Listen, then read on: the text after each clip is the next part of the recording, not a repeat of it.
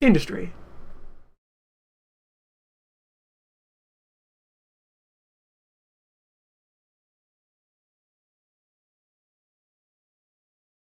Let's see. Where, when, and how. Right, let's. Further sorts of module. The final sorts of module.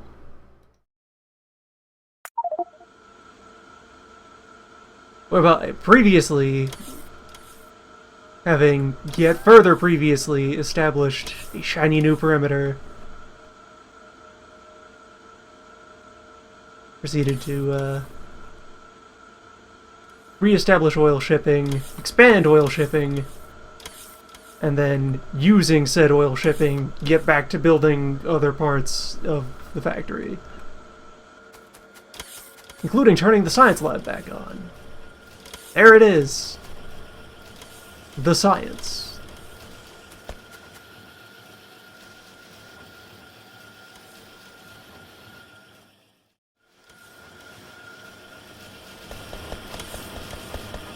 Currently only bottlenecked by our available level of batteries. Which itself is a bit of a matter of... Well, actually the acid supply is fine, so it's more that I've, for the sake of efficiency, been running productivity in the battery makers.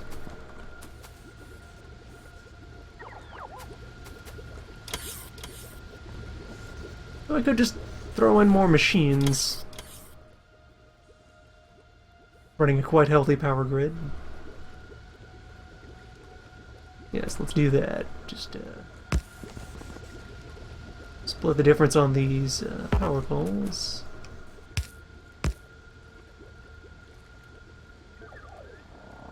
Relocate this port.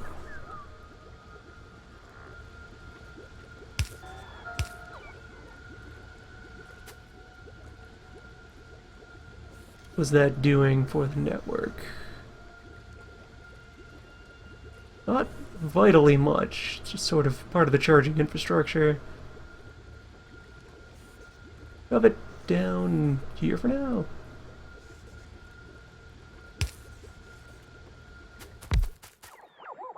Yeah, that'll do.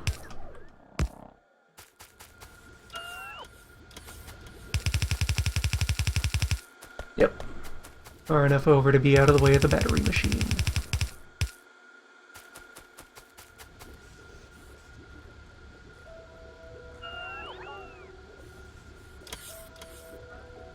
Let us expand yet further.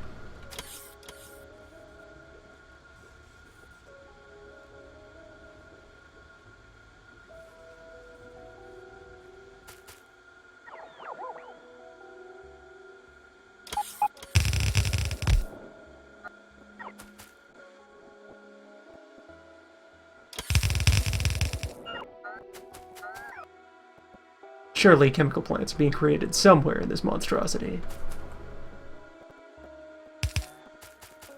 If not, we have a next thing on the to-do list.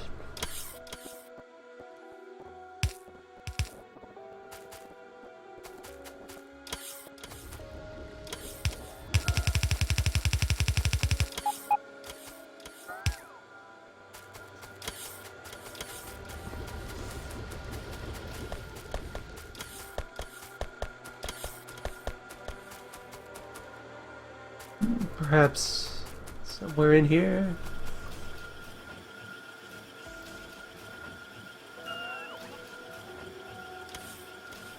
Yeah, it's the same material blend as oil pumps.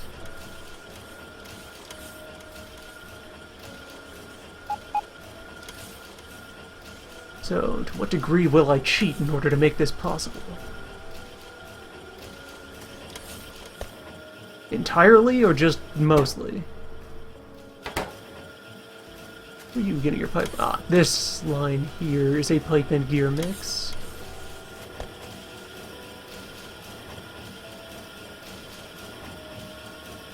Pipe, gear, steel circuits. I need these two belts. Either where they are or where they could be. See how far does the network go here? Just far enough. Perfect. So if I just drop the machine over here, say, set it to chemistry, give it a provider.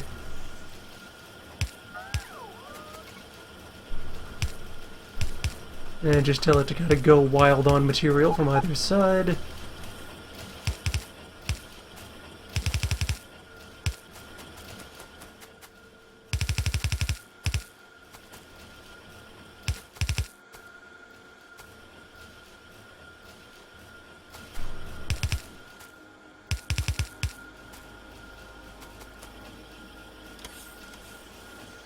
There we go. And further, there we go. Lab really does its work.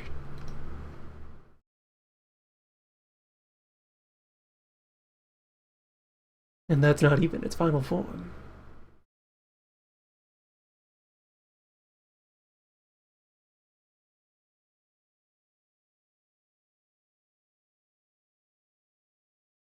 But there's a good moderate term goal. Let's get our final suit of armor.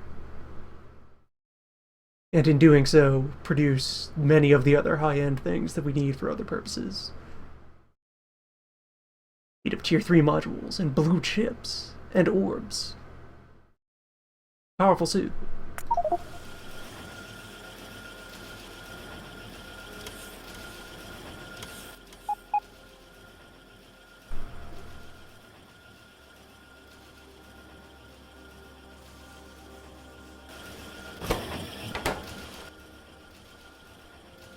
Oh, no, not less than chemical plant.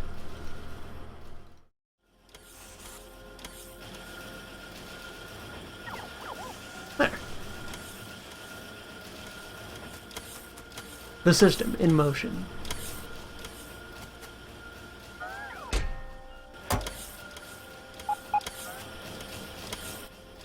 Also, in light of some other things that I'm planning to do, go ahead and turn up the reserves of other types of engine.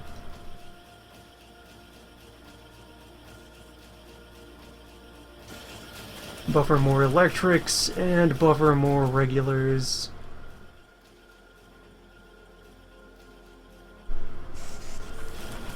They will be involved in various fancy systems.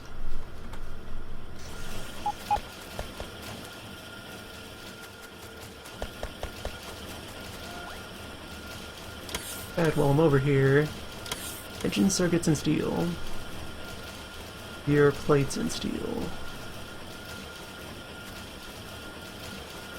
Not already have locomotive or cargo wagon making machines in here, but I could. Through methods.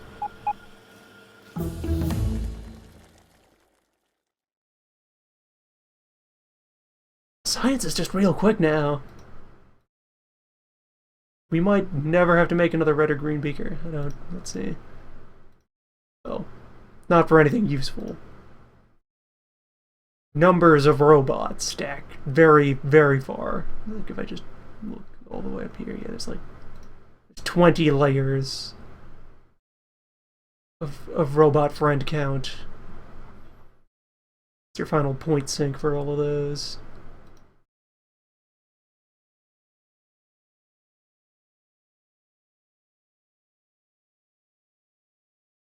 I guess start sorting out some of the things that'll go into that suit of armor.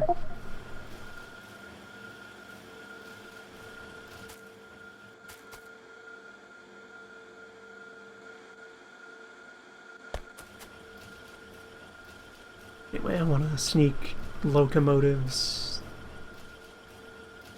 train cars out of this. Engine, circuit, and steel.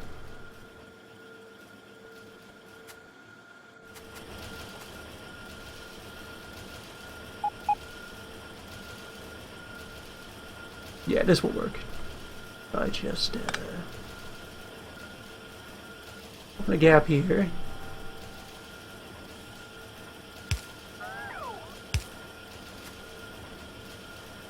Done that. Pull these up here.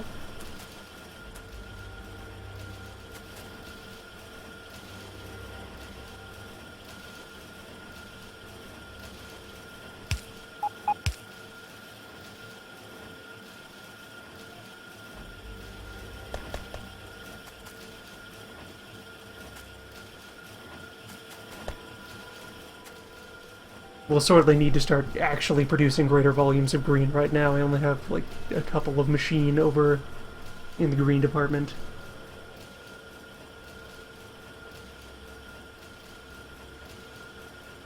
Gotta build that up.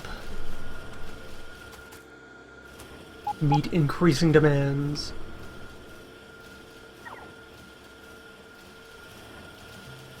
Oh yes, then. Engine's up there.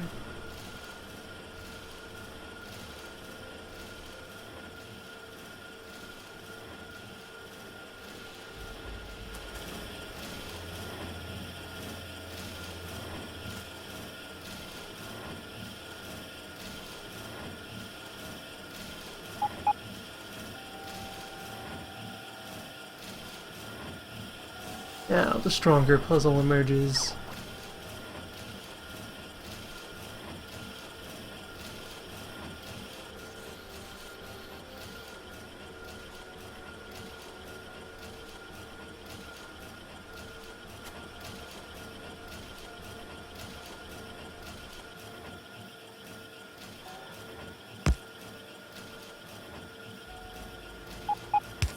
That pulls one of them out.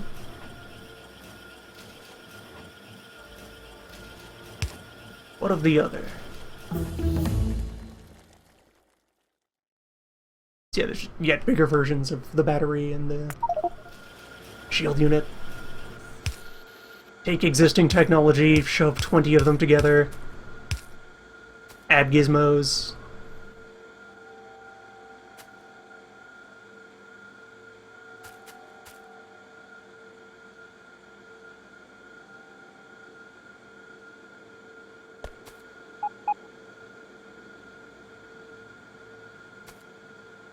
Look at this terribly silly thing I've done, where this line splits to feed roboports, and then I've just taken both threads of it up separately, serve their own dark purposes. Right, this tunnel should be longer. Yes, it can be much longer. But then neither of these needs to be tunneled right away. In fact, one of them can just cease to be.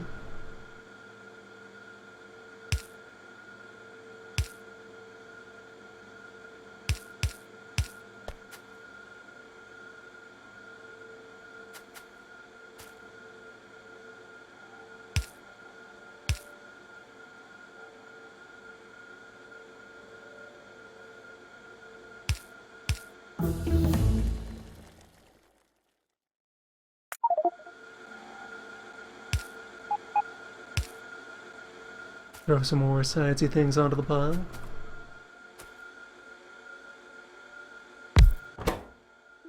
Alright.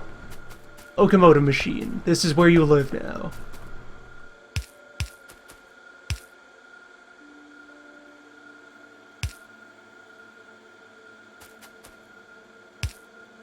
Here's your inputs, here's your output. Ask no further questions.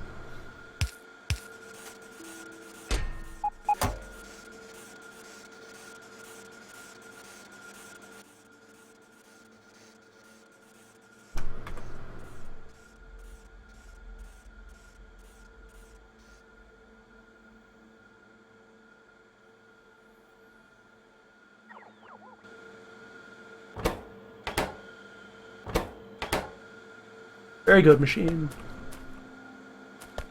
Yeah, now it just needs circuitry. It'll give it some green.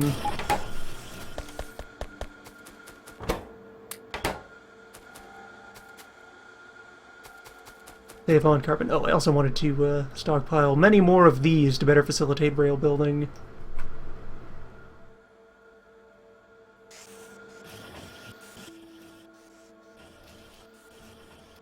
You will need more regular signal than chain signal, since the normal ones occur when you're just slicing up your straightaways, whereas the chains are only necessary during intersections and crossovers and exits.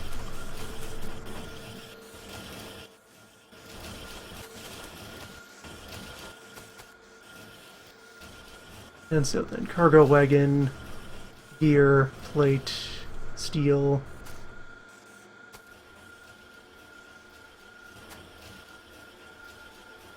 I should be able to just sneak that out of something resembling this space.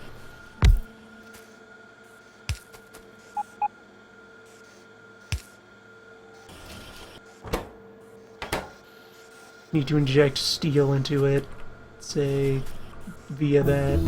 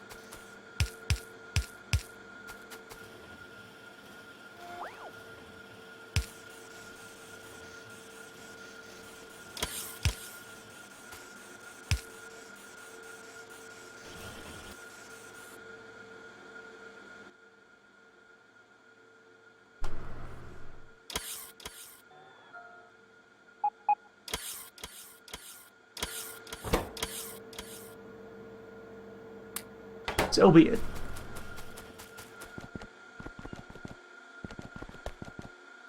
Not bringing in metal plate right now. That is in turn holding up everything else.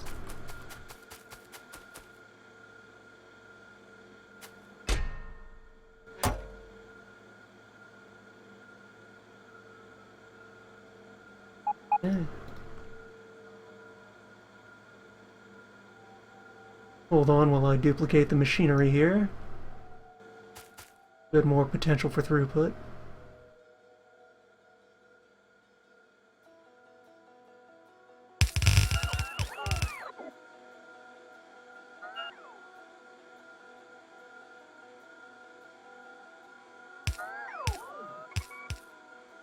And stop short of that next step, since that would start to intrude on this yet undepleted copper.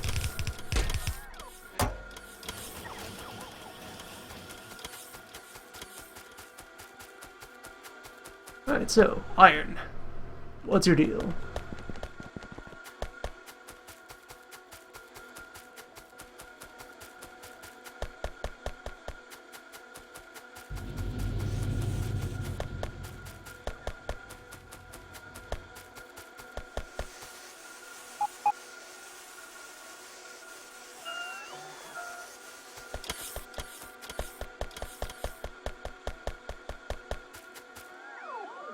Looks like throughput.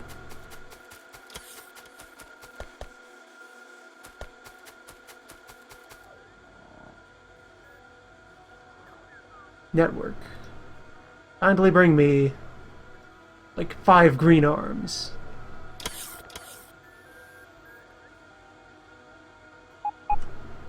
Or, you may as well just make it a square.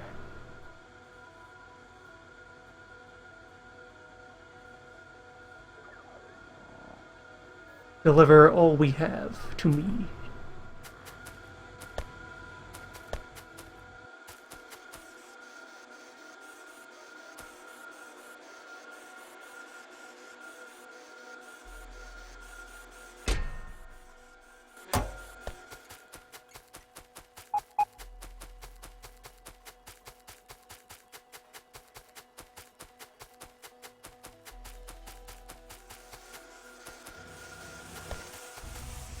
I already had a few green set up here just at the end point. Oh. Easy there, rails.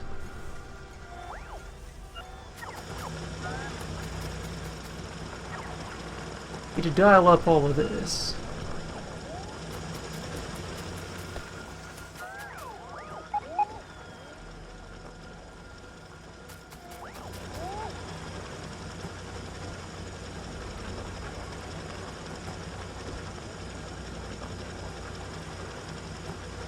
One of these was a strip of drills.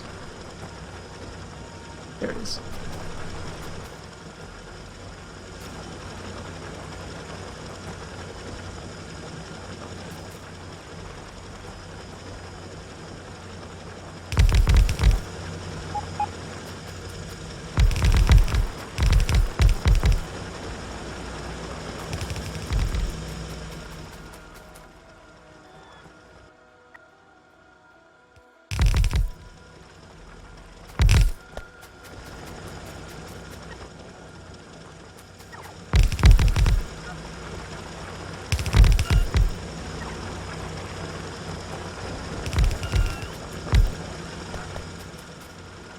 when we move on to future patches, I will get fancier with how drills are arranged and what goes into them and so forth.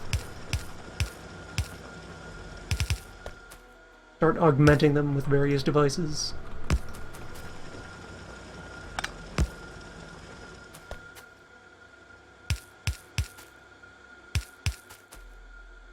For now, a drill is a drill.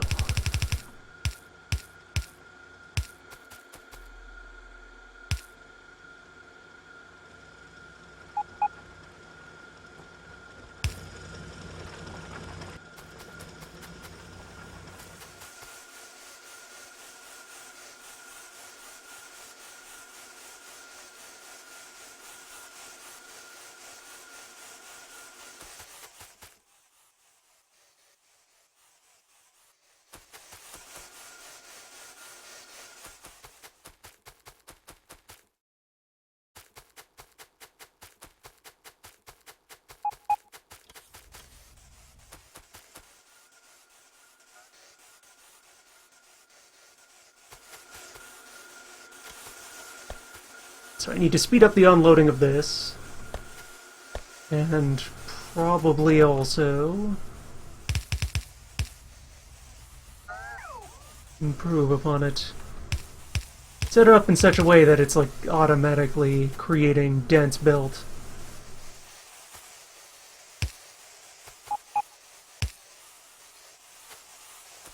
Be wasting lanes.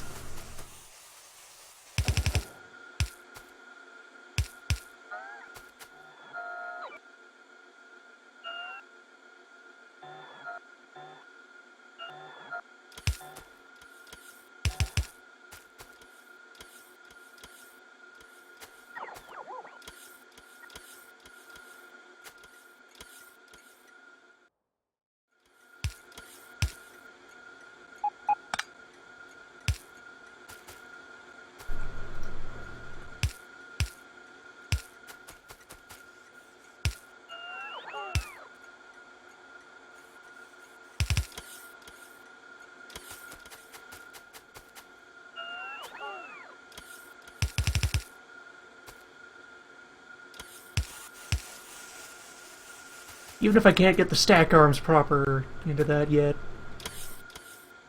They'll be around for future generations of station. And also just stepping up to a full dozen speed arms. That's a start.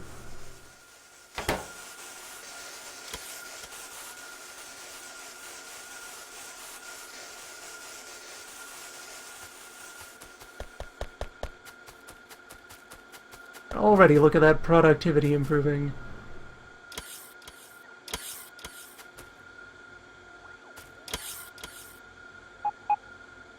Pulling down those lines.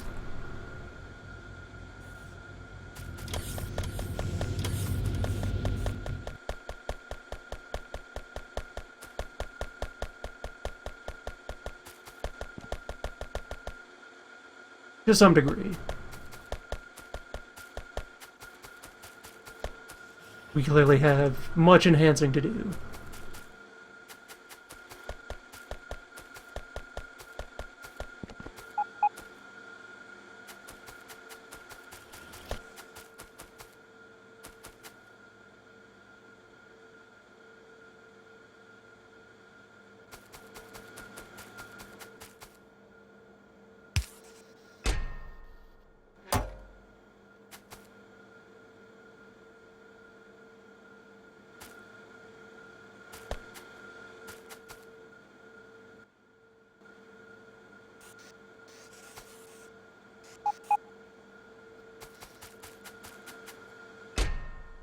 Was also able to successfully haul over all of my my old fast arms.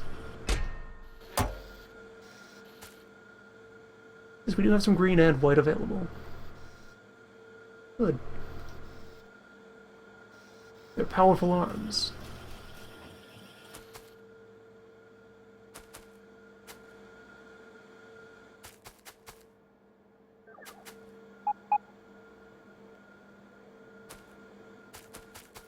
Those not familiar, that is the filtered stack arm.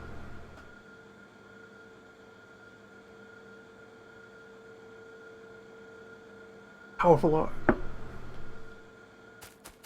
Several Type 3 assemblers. Good stuff in their own right.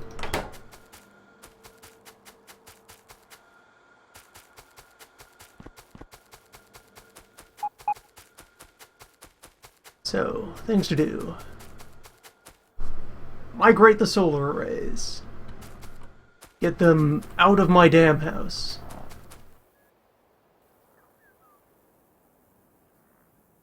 Move out of here. Find your own place.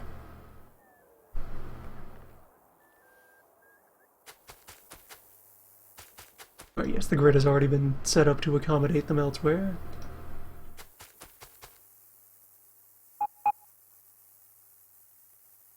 I should be able to rip a couple of these out without trouble.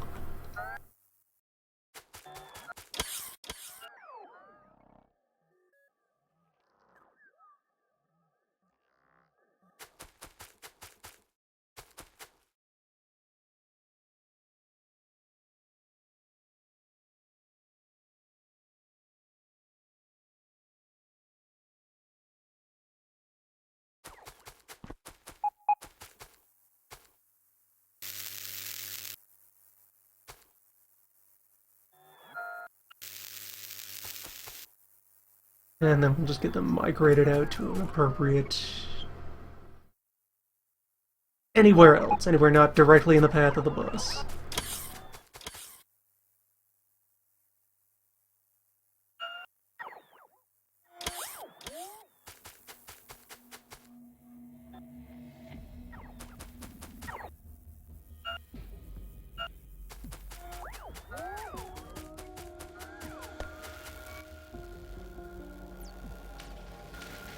Steam is capable of handling this for the moment.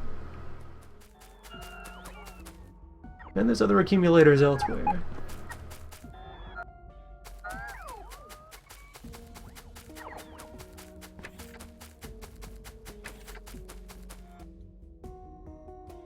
We've got like a solid gig of jewels.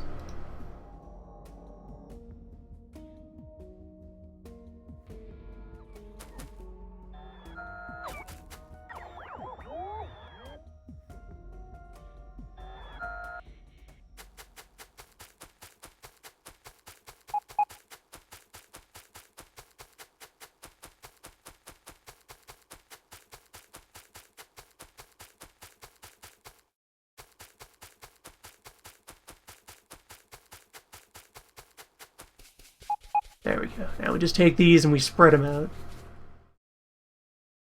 Nice proper homes. Here in the great outdoors. Free range solar.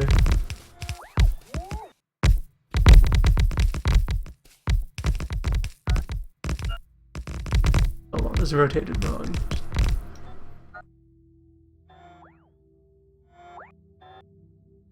How does that happen?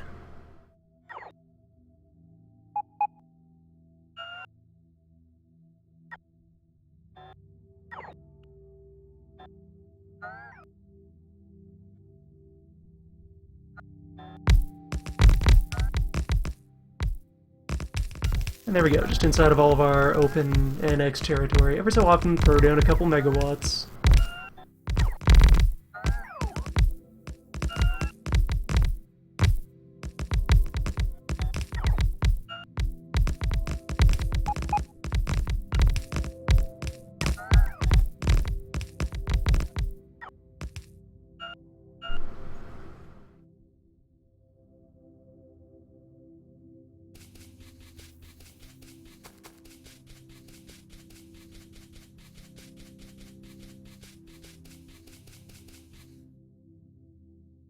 They fit quite nicely along these old war paths.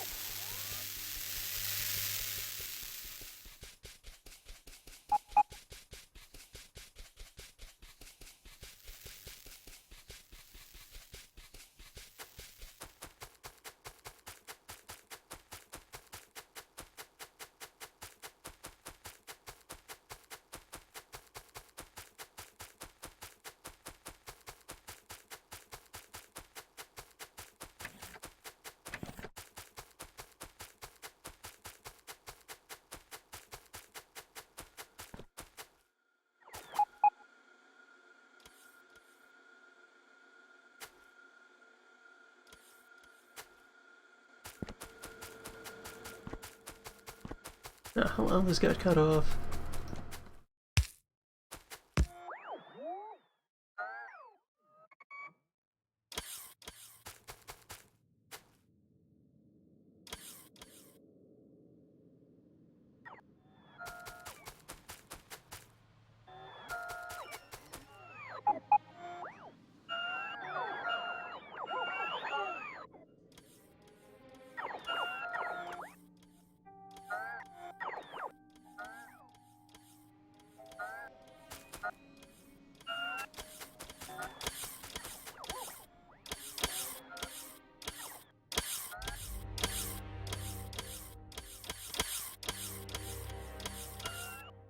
Running a small fraction of our full solar capacity.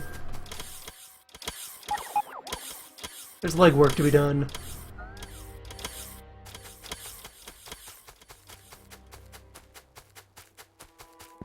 Wheels are nature's legs.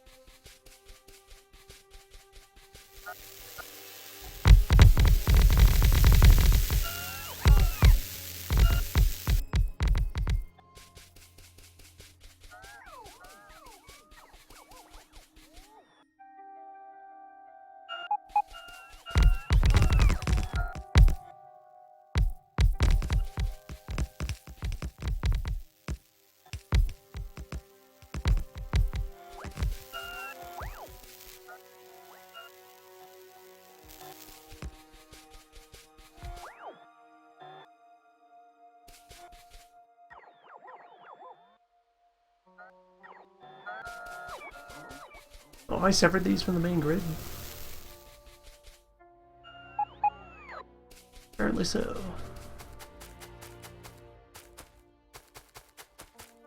How long? From what point?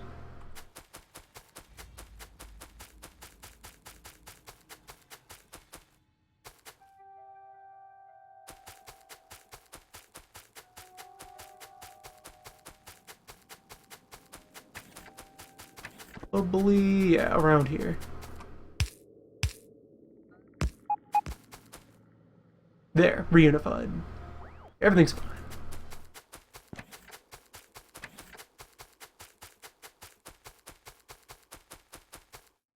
For a moment, this whole north area was severed from the main plant.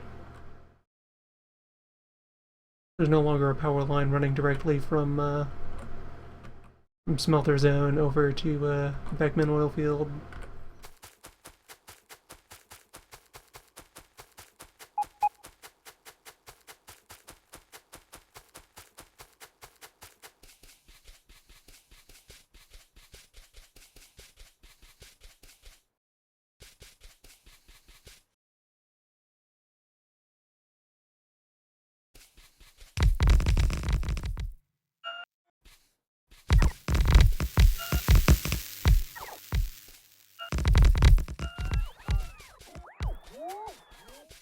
Speaking of, all of this is no longer needed.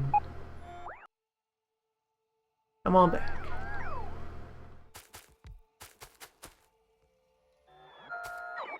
You have a new line of defense.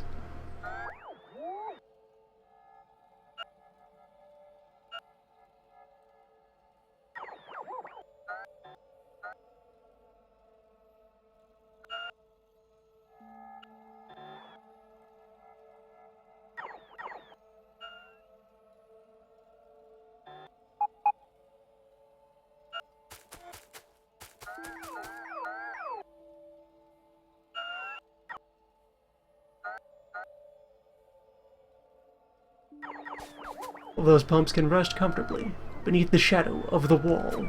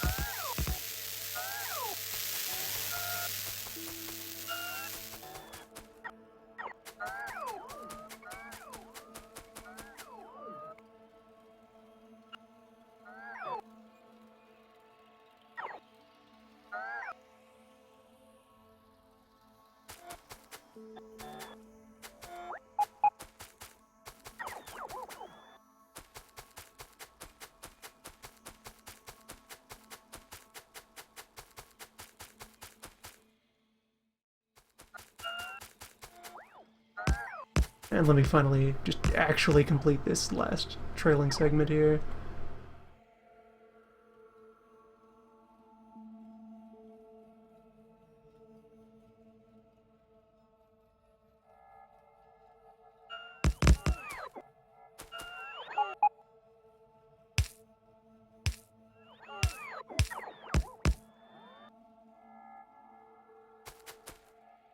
There we go.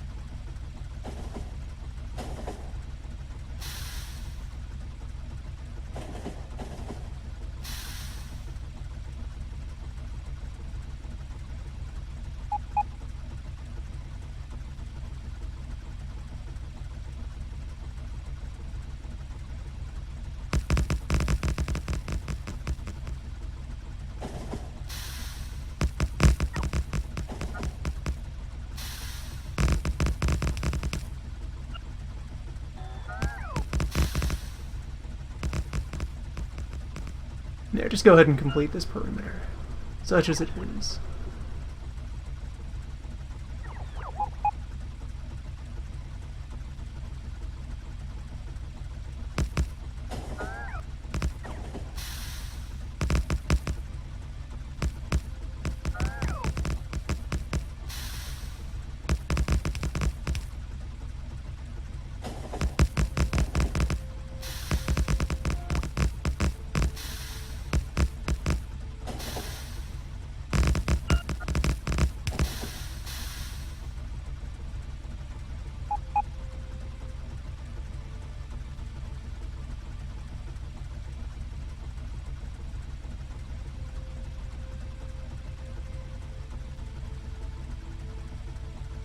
Oh, wait, track, where'd you go?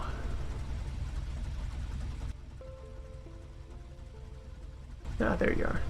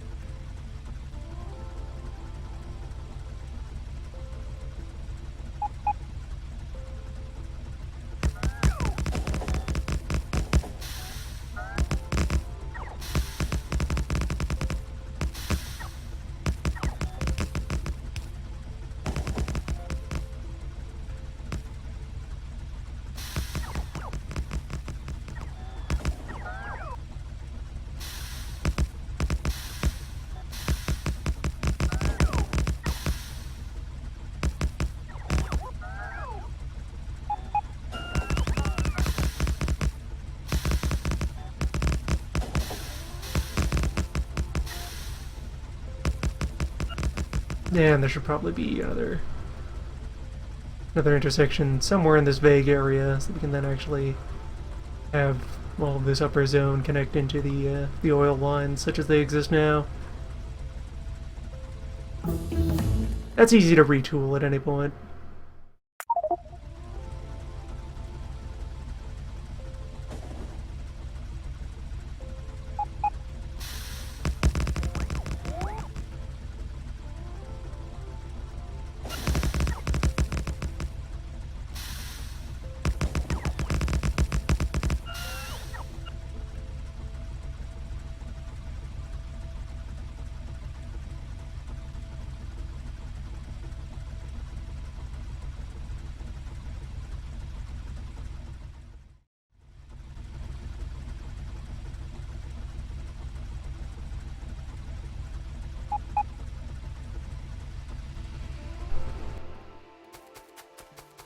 Actually, I think this is an opportunity for something that, let me just check to see if I've done it before, anywhere.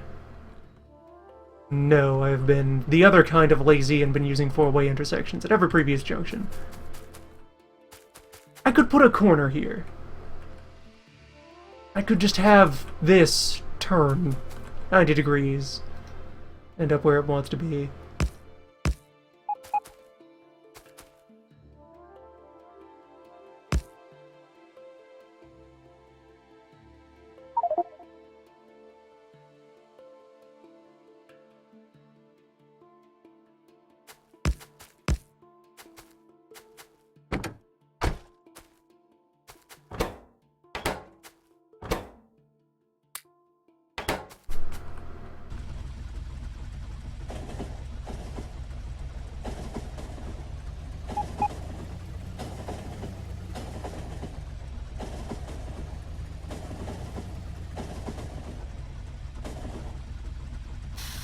Well, right, I did want to get back into the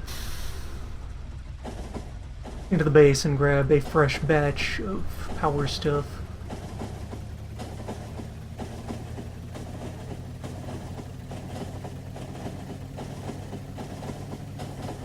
Where the sensible move in the yet further term, the next step out, is to rig up a station or multiple stations that will take utility trains like these and just routinely have them full of stuff I will want for various kinds of expedition.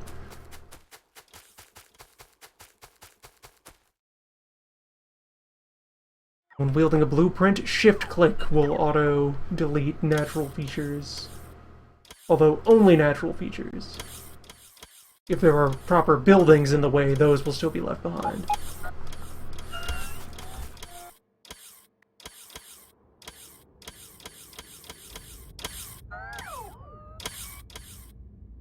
But natural stuff, trees, rocks, those will get pushed over.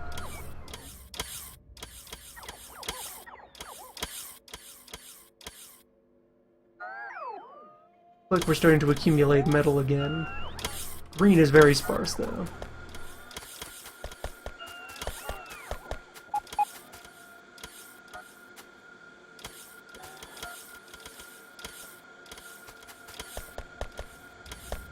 Start making productivities to shove into the green.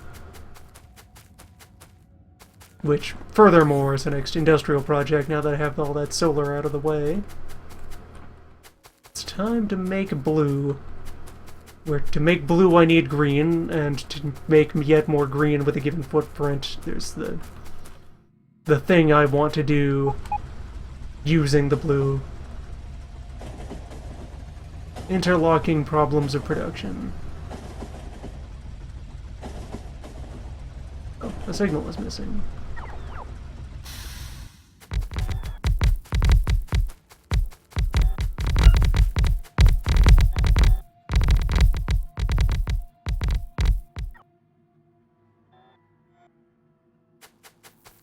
Alright, I think I've now reinstalled the equivalent of what I tore down back inside the base.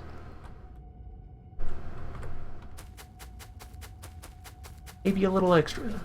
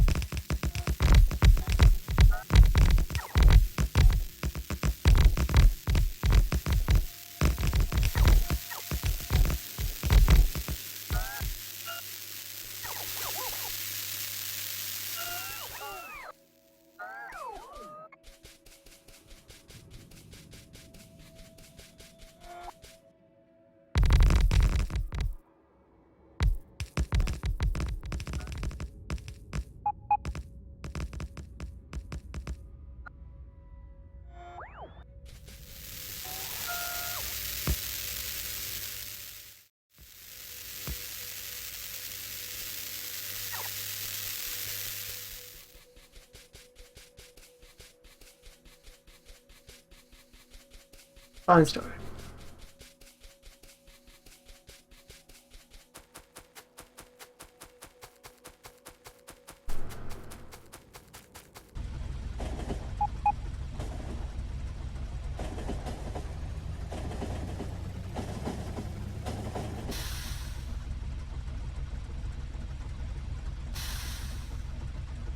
Ah, there's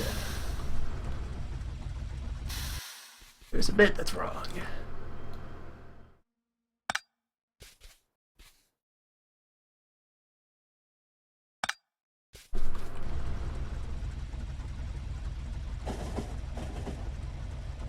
Needed a little frame surgery.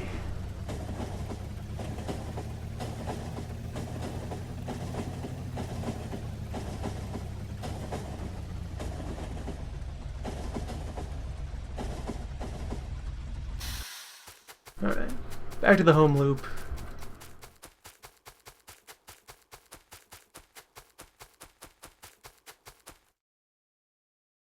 It's time to blue.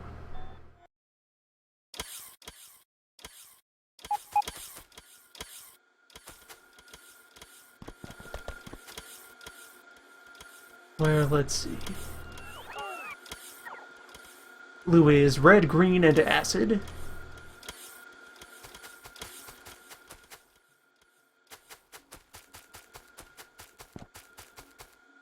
We could just sneak that in.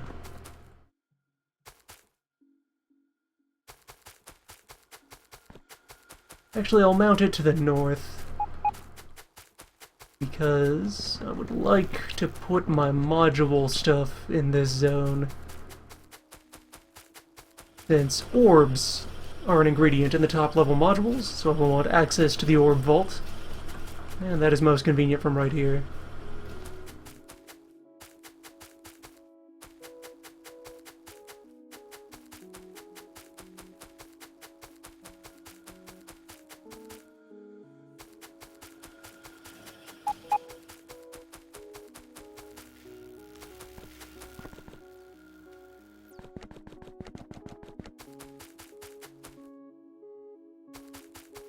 And we have this belt right here on the bus is currently vacant. That is where the blue will end up.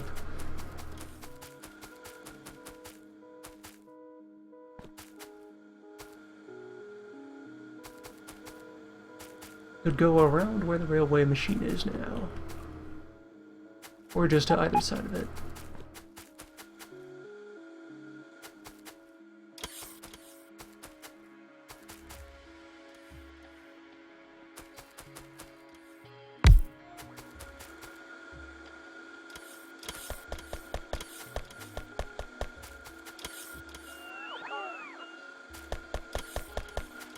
That weird old legacy belt used to go to a mine.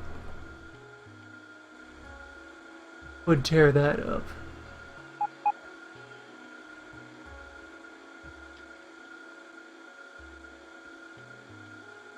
While I'm here.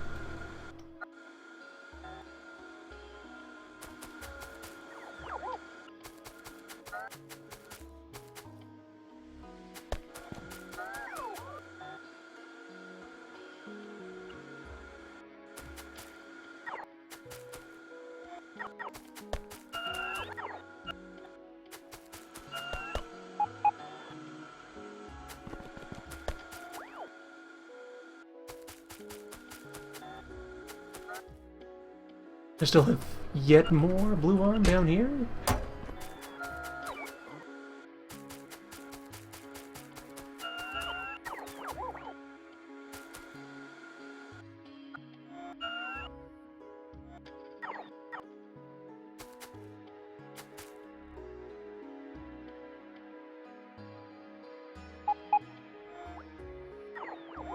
Not bad.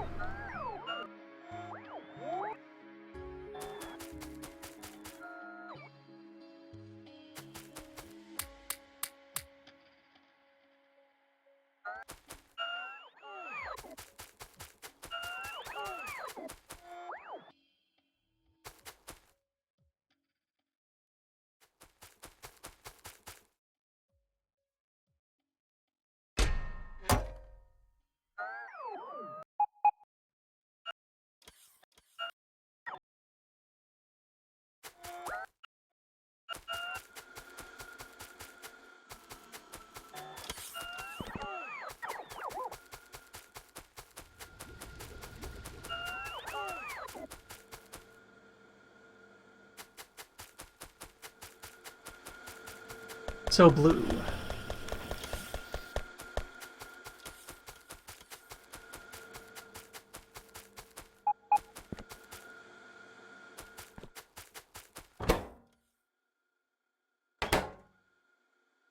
Visualize here. Being pretty sizable bulk of inputs going into it. At 20 green per.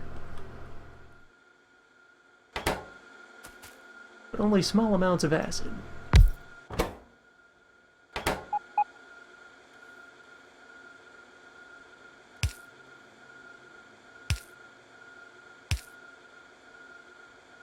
I have like an inner belt of pure green and an outer belt of red-green mix.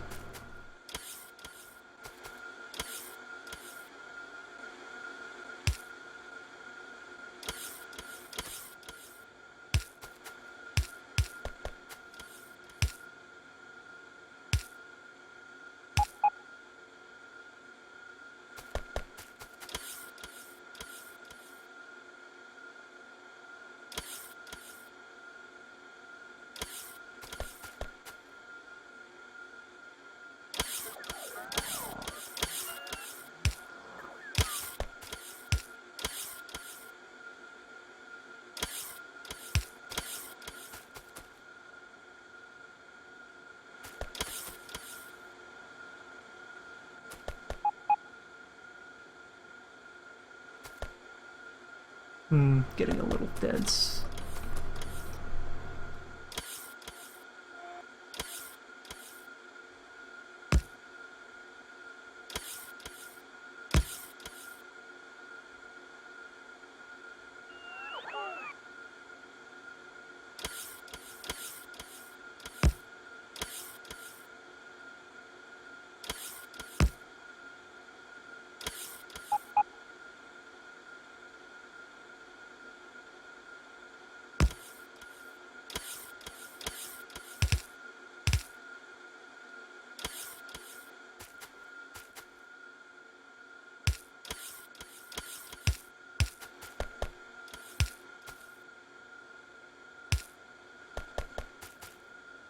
That should work?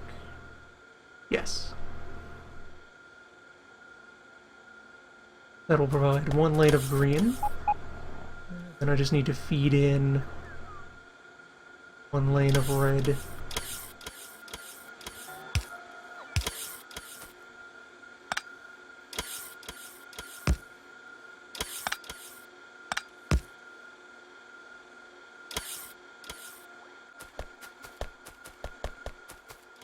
There we go.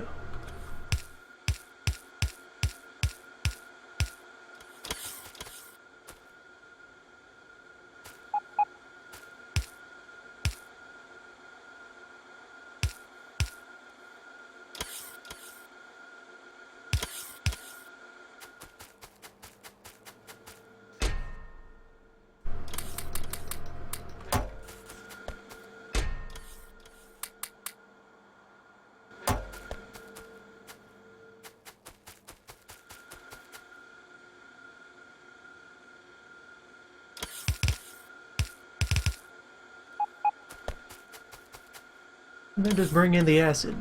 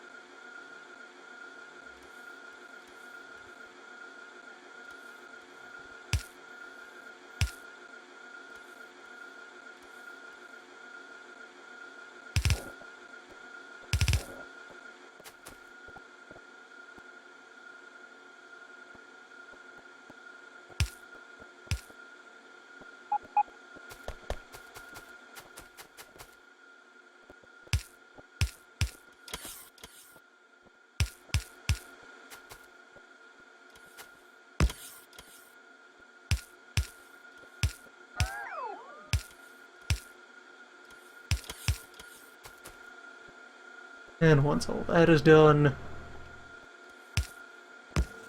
a machine is born.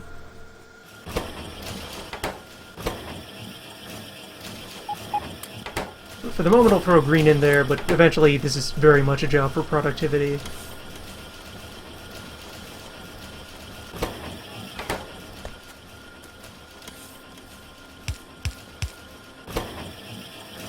Productivity, and then like a layer of speed beacons on the side once material supply is appropriately accounted for.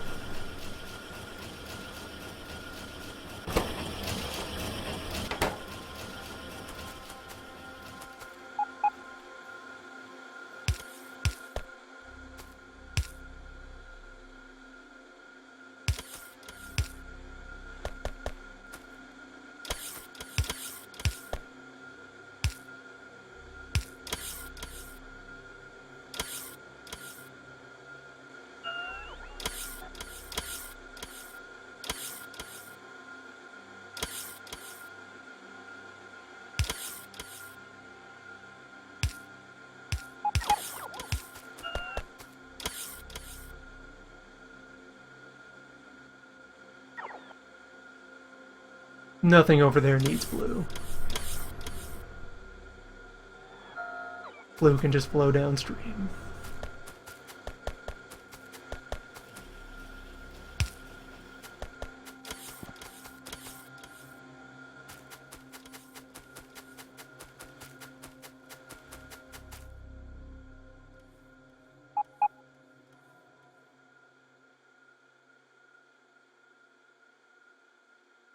Down that stream will be the module machine.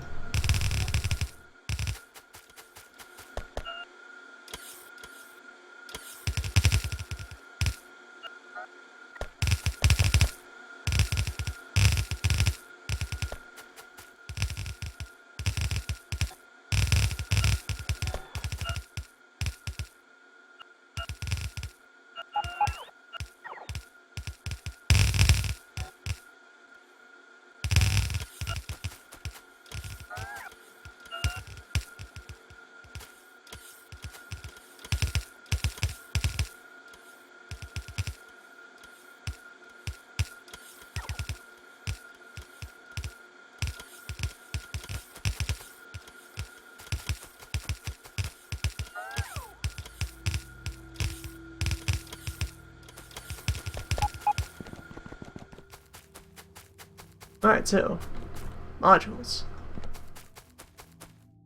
Overall setup for modules of all categories. Basic 1, red and green. Next level 1, several basics, then blue and red. Final level 1, medium modules, blue, red, and an orb. Each takes twice as long to make as the previous one. So for the most part you only need like 2 machines of the lower level for each of the next level that you're feeding. So, going down the train here, 2 speed 2s could feed a speed 3 maker, and 2 speed 1s could feed each of those. So, 4, 2, 1. And that is the same on everything but the efficiencies? Maybe, yeah, the final efficiencies take 5 efficiency 2s. Oh, the productivities also take 5, so speed's the exception there. Speed is itself faster. Fascinating.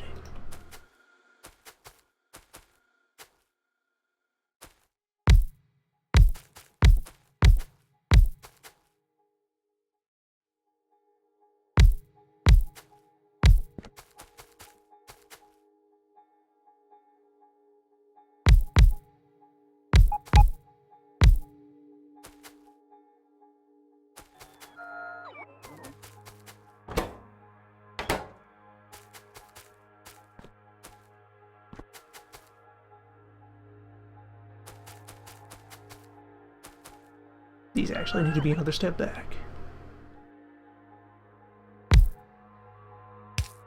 They'd be receiving multiple belts.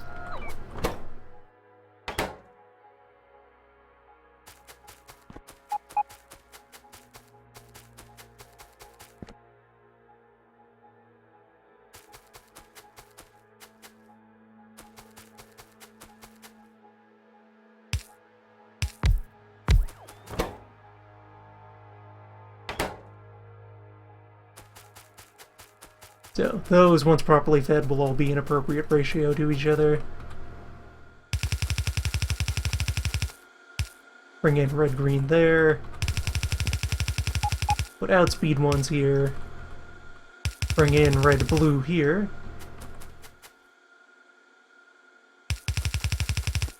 Put outspeed 2s there.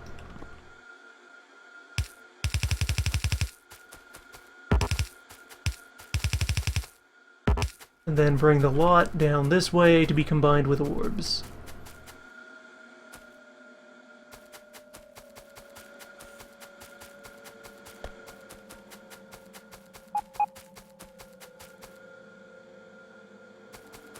Have I managed to outpace the belt machine? I have denied the belt machine the ability to send me regular belts.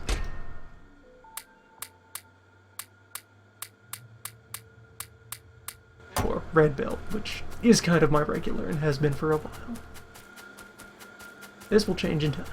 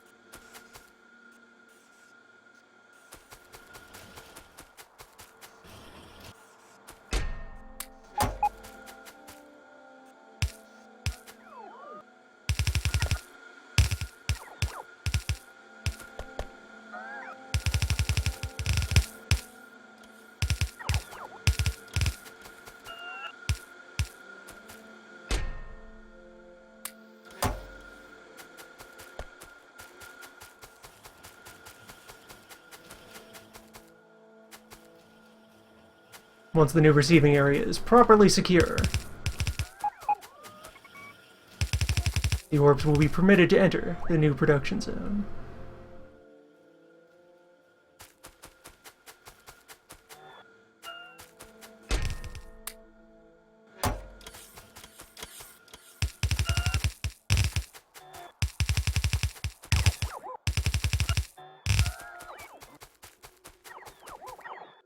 Anyway, having now charted that out, well, let me give it some arms.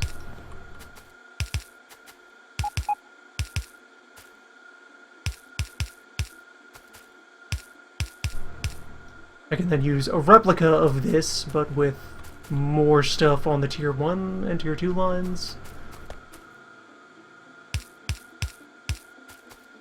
to provide all the appropriate stuff to build, you know, correct ratios of the other bits.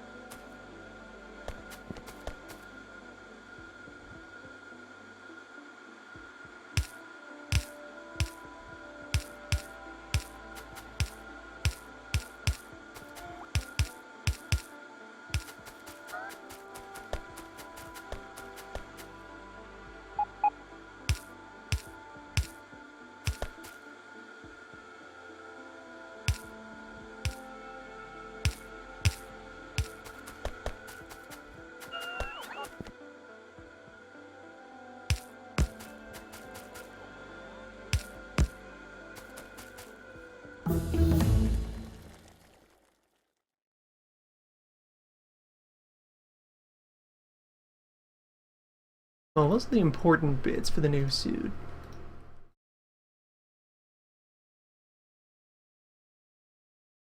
Alright, yeah, in the interest of preventing idleness and saving time, grab a bunch of the rocket speed-ups that are prerequisites to eventually space.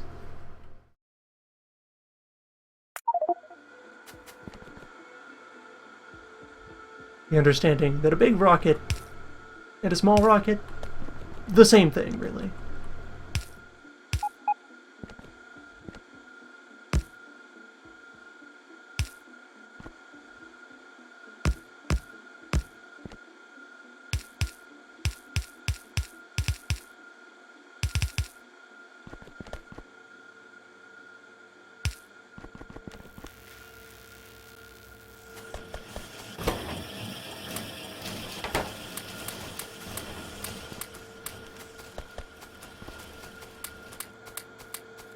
Eventually I will want to rig all of these with speed. Sadly, they are not productivity compatible.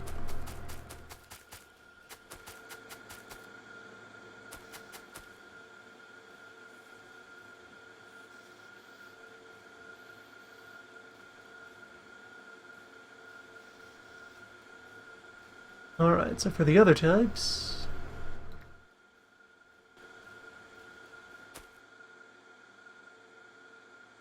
need basically this, but larger.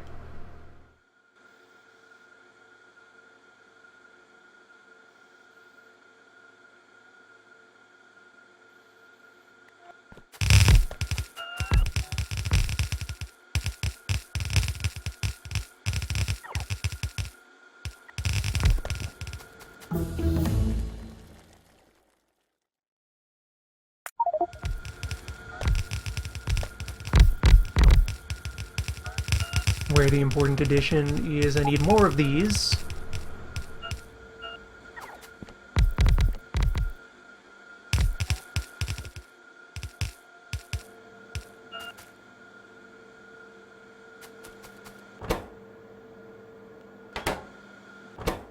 Where, let's see, make this second set into purple and the last set into green.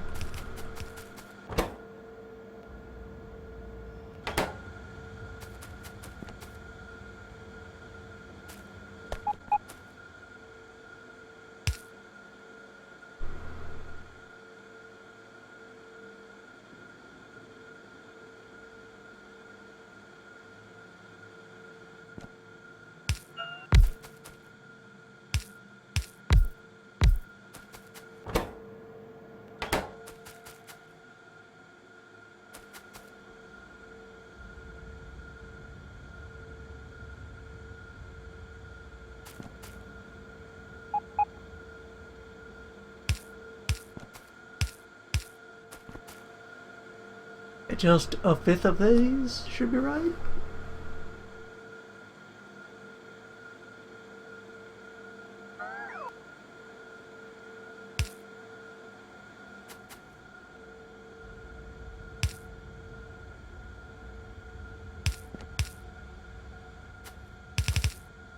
Just in case I'll leave space to integrate another.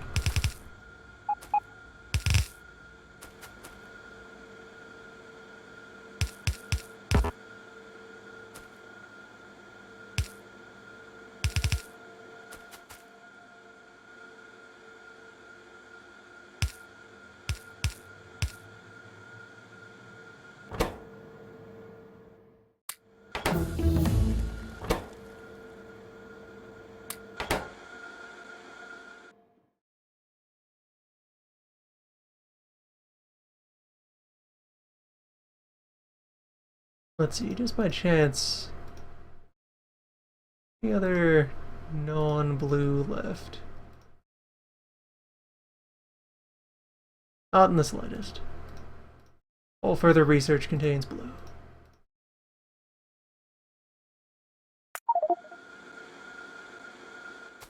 So be it.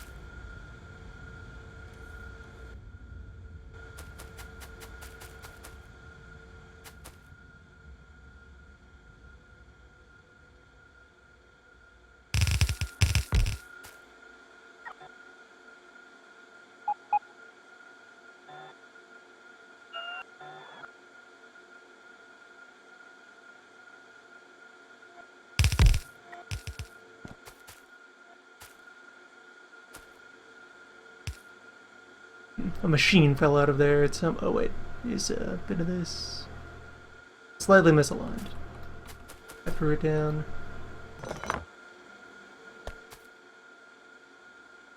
Rip all of this out.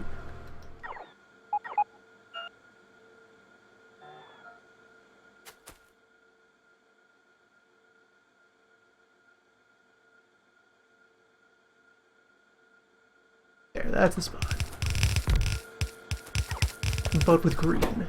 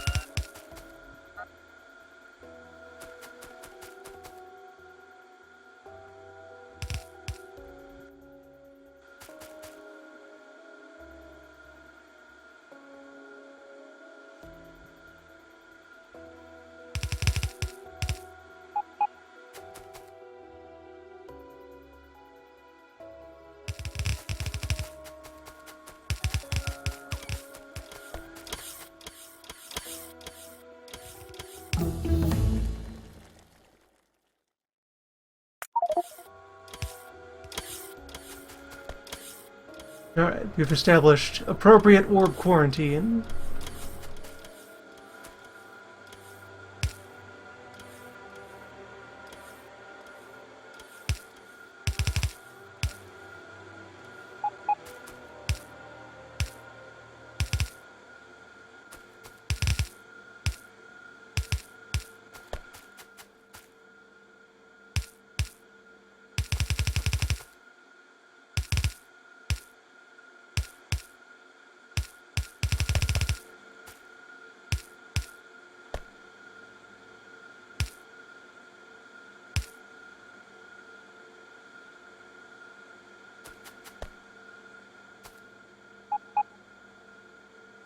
Then we'll be able to bring in the final material.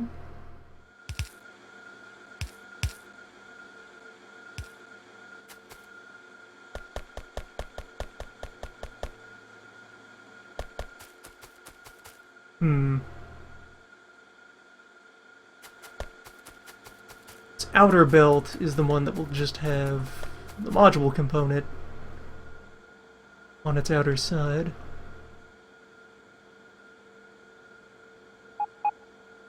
Means I would want the orbs delivered.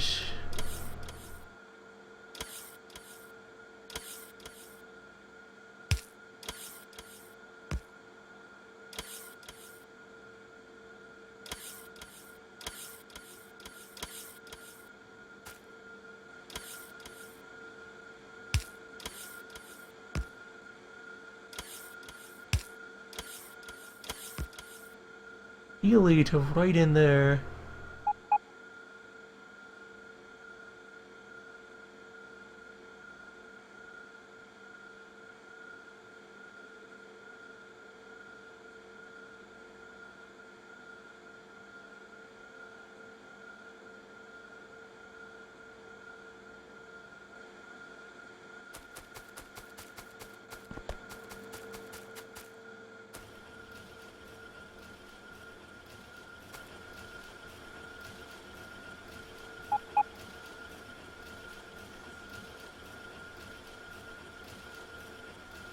See, for now I can also facilitate this bit of bus work.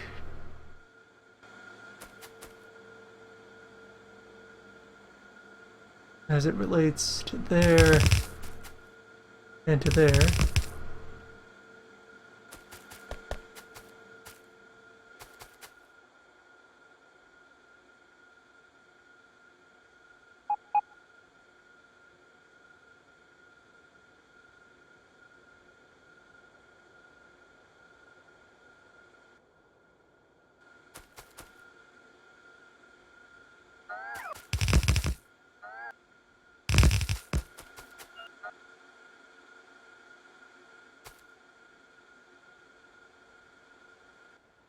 Hold on.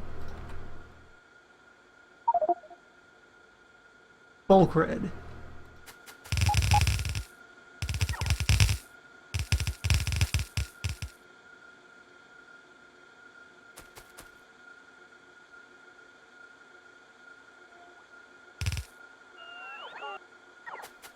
More regular old straight belt will connect all of that together.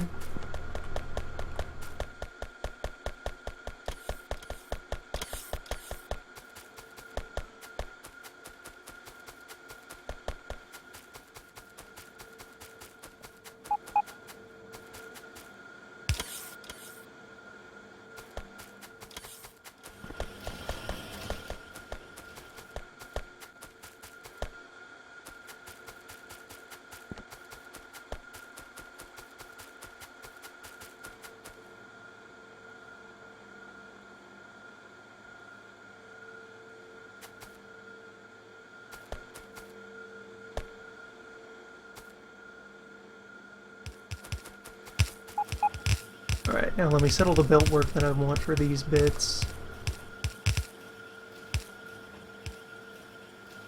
Alright, I also will only need to build the mix once on this end.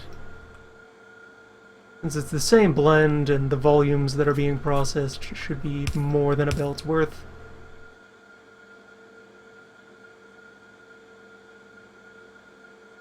Or, right, I'm reusing that blend in order to go all the way to the far end. Right, I was thinking about needing to pipe them off onto an additional column, but that's not necessary here.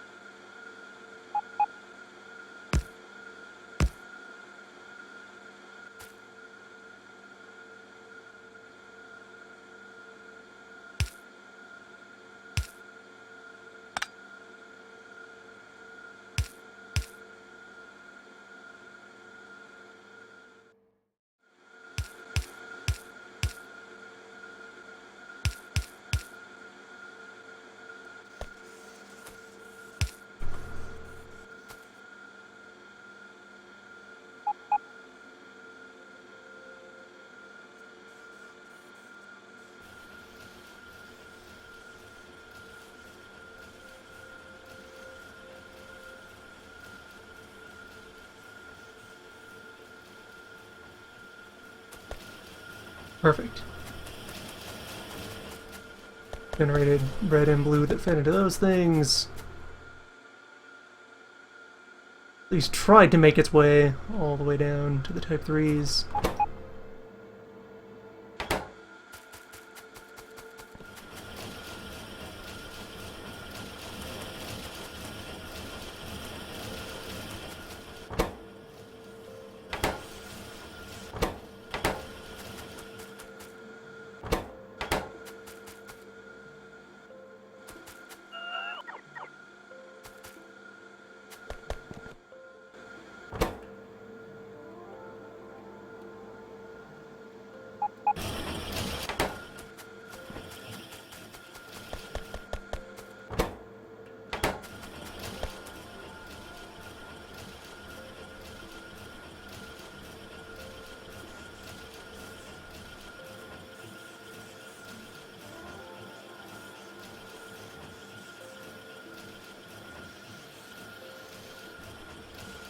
temporarily inject some test red there, just to be sure that side of the line is working properly.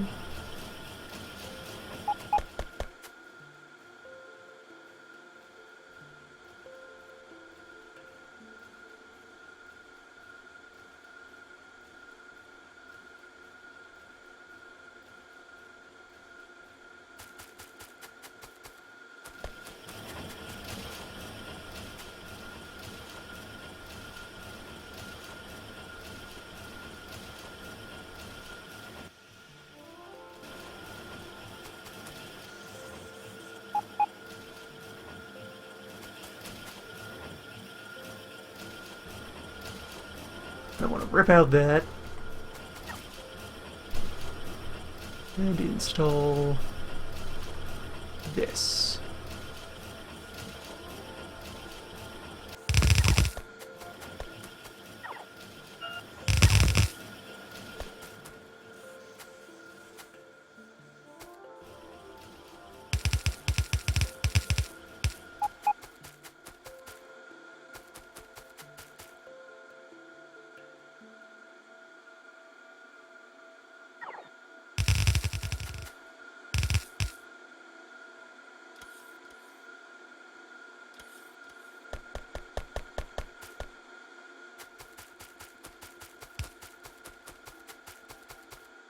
And bring the rest of the bus forward.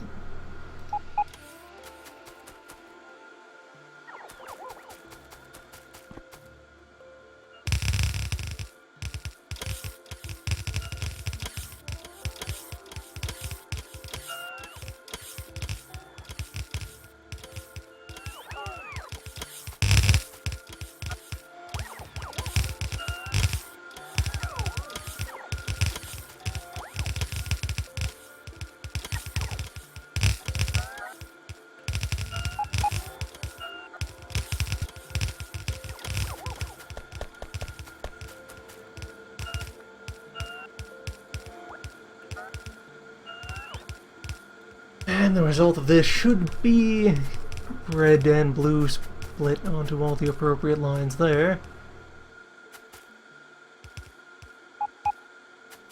As I could verify with a quick festive grab.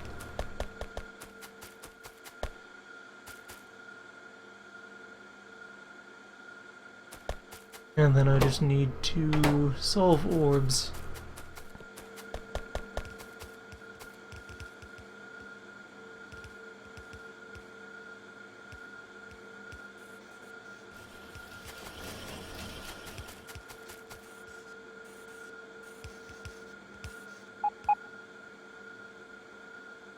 Yep, blue distributes to each of those.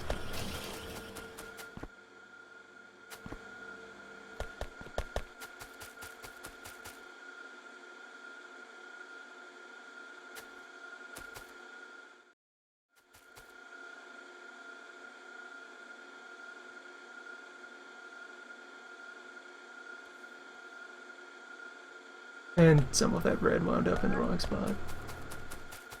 This is not a battery. It does not belong here.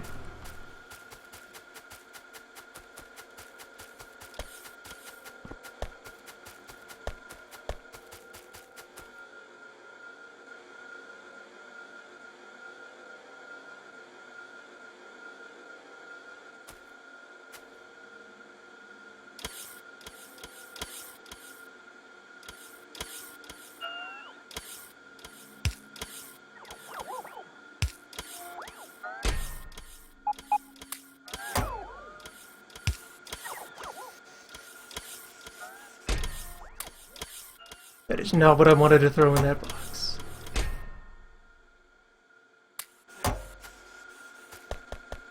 Fortunately, the things that is going to want both red and green, so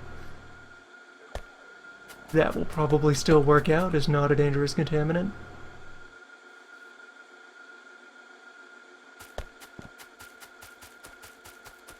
Still, just gonna simulate a bit of red production.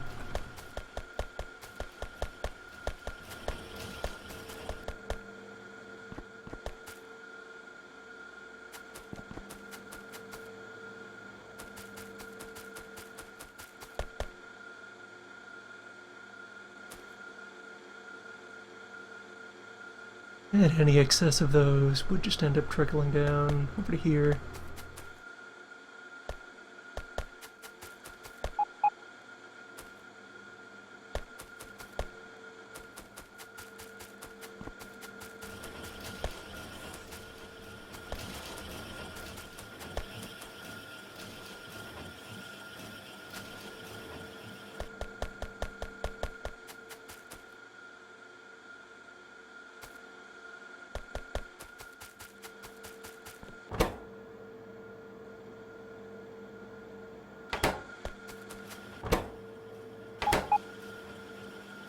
Has any of this yet resulted in creating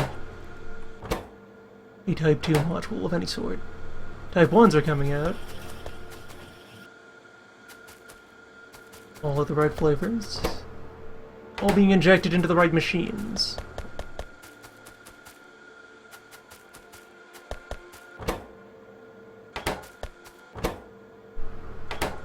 Some Type 2 green and blue have made their way down there.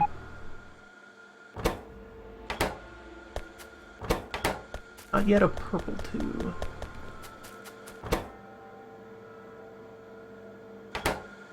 For any particular reason. Just a coincidence of material shuffling.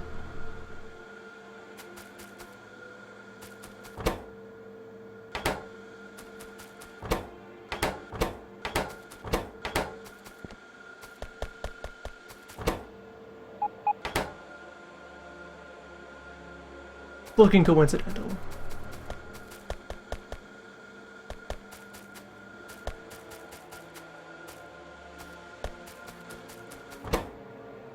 Just jam a couple of blue chip into this thing. Let it do its job.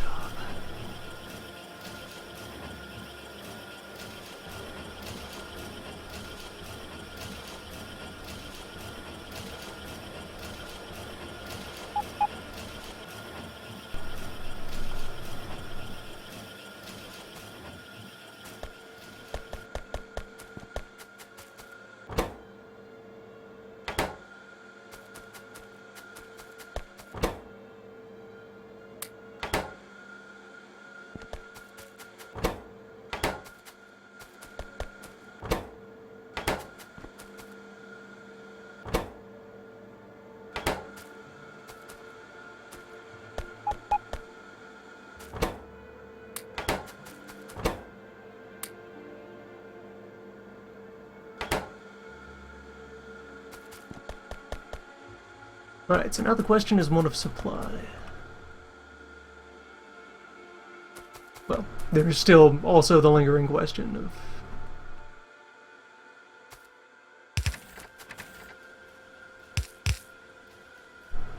how will I put the orbs into the machines?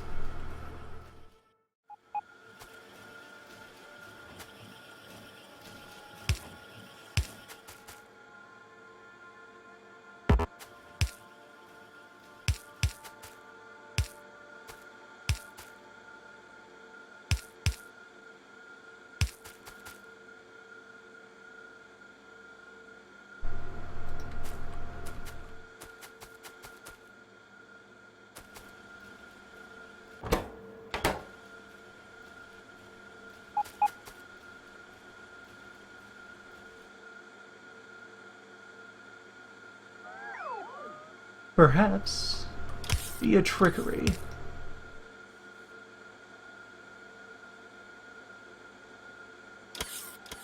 This is the red and blue circuit mix. It comes in off of the big line. The main bus.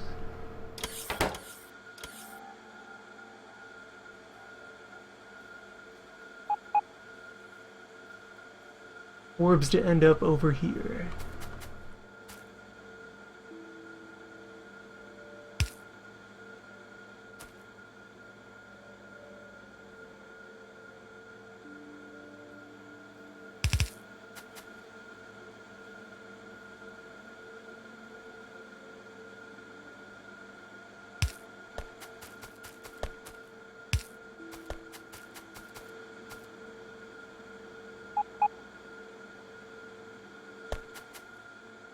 Right, yeah, not so much trickery as convolution, actually. Nature's trickery.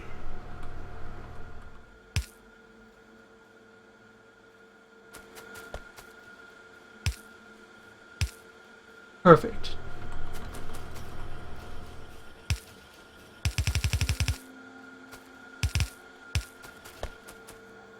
Good work? Yes.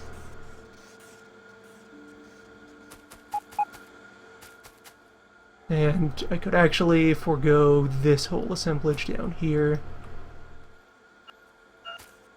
And just feed the orbs directly upwards.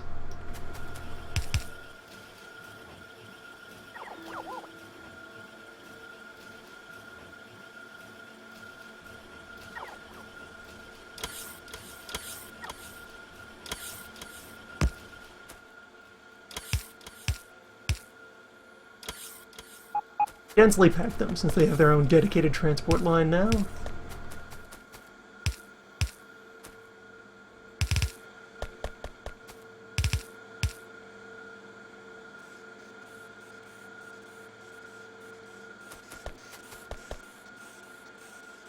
There. The orb component is in place.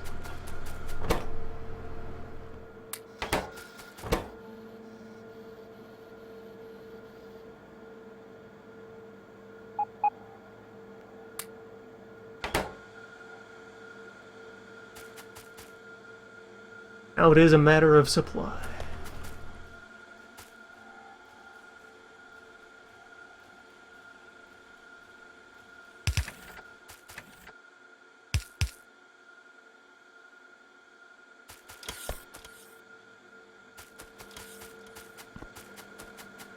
I have constructed a machine. It hungers.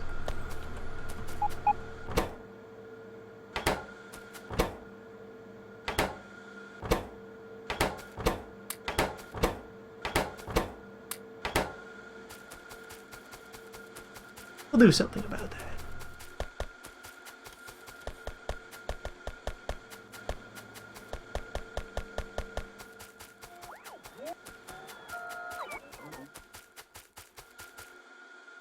Robots. Come on. Rude. Also need to restow these orbs.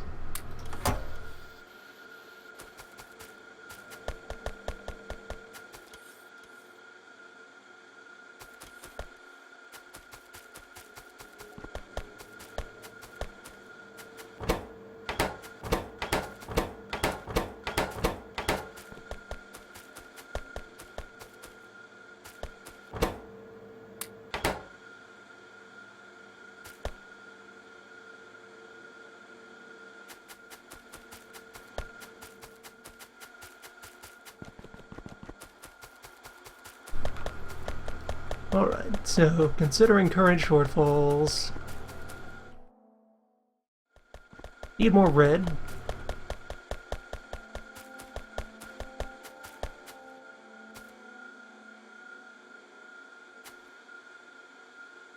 And the red at present, suffering from a plastic shortage that it shouldn't.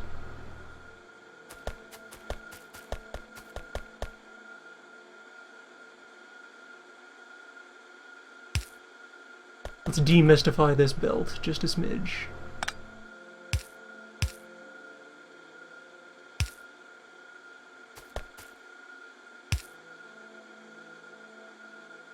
That level of sorcery is not necessary.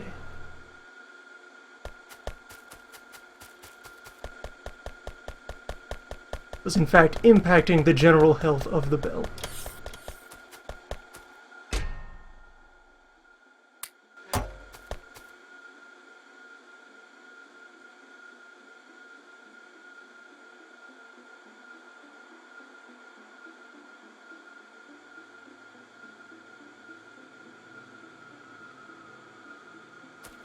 Those are not where plastic goes.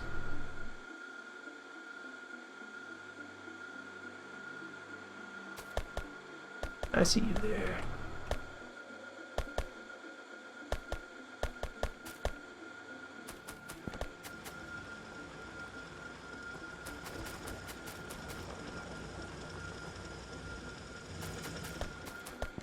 We may have further supply problems to deal with over there.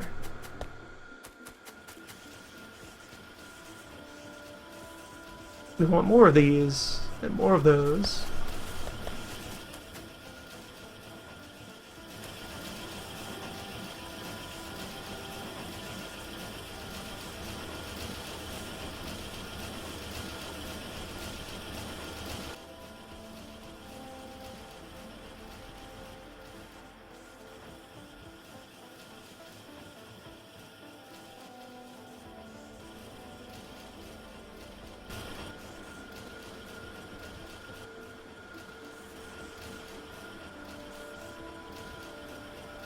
Let's see if I can just very quickly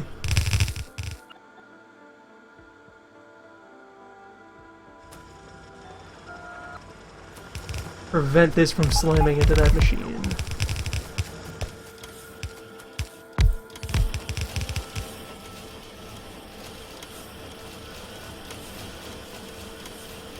Not bad.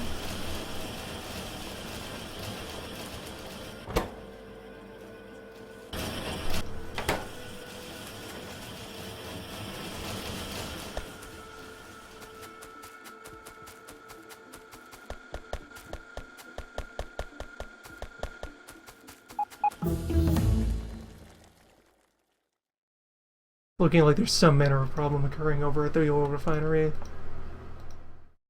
Shortage of both acid and plastic at the same time. That implies problems. We will have to go inspect.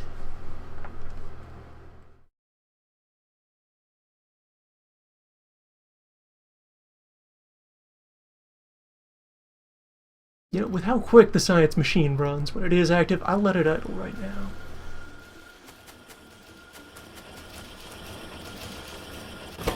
Just sort of be a drain on material.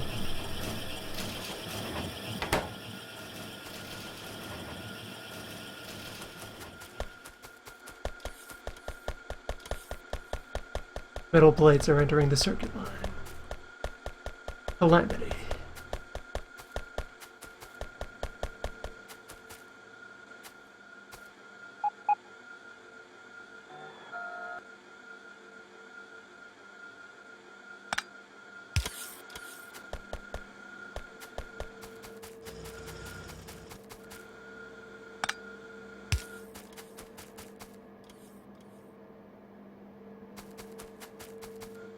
How did that happen?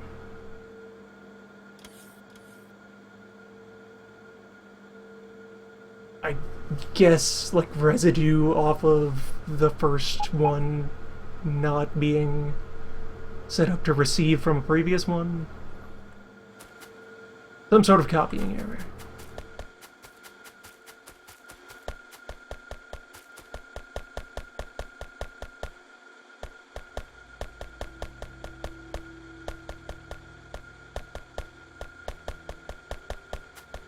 Now we have iron poisoning all throughout the line.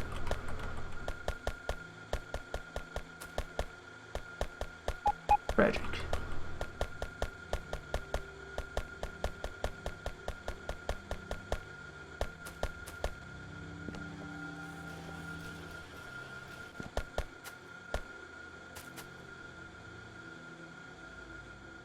I think I should also fix this.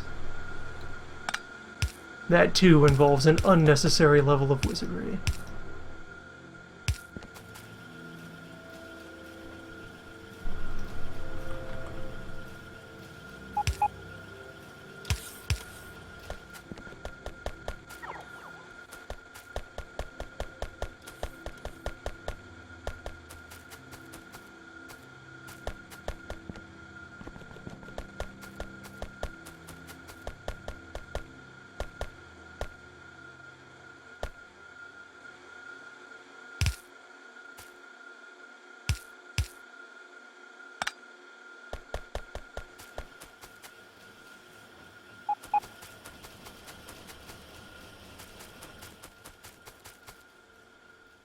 Actually, hold on, there's a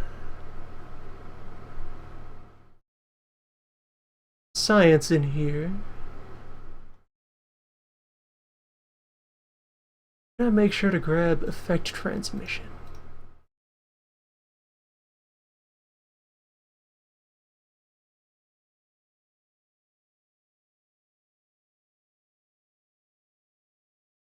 Am I equipped to beacon?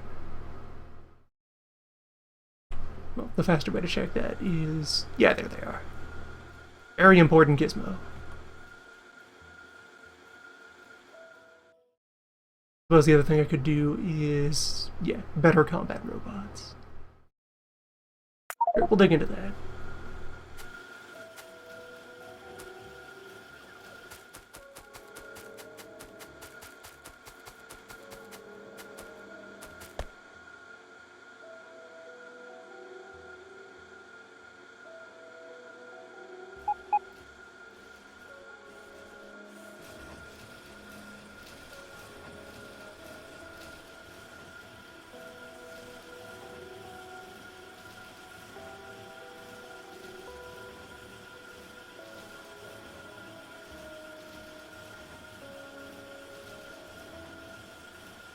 Really, damage.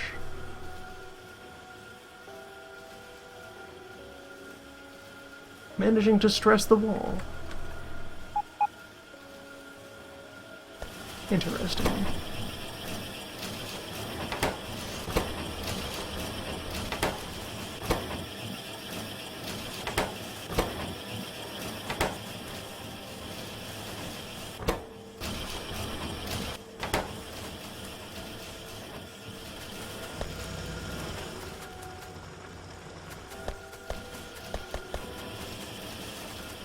We'll want to get all of these productivity'd up so we can get that multiplication going.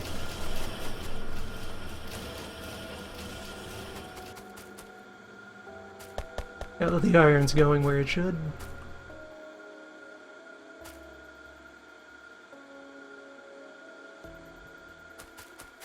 Ah, this is legacy from when I was emptying more boxes.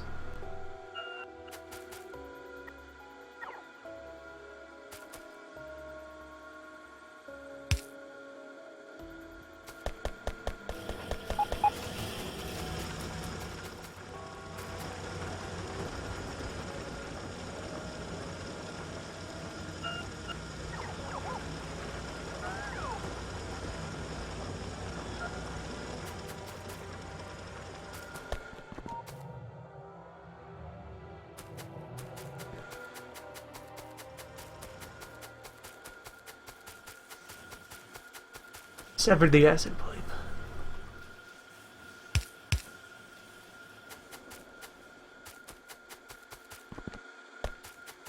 A healthy reminder to go check on the refinery.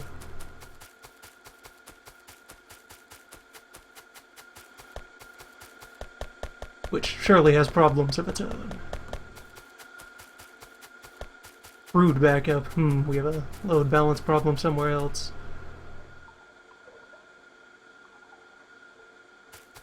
Heavy oil.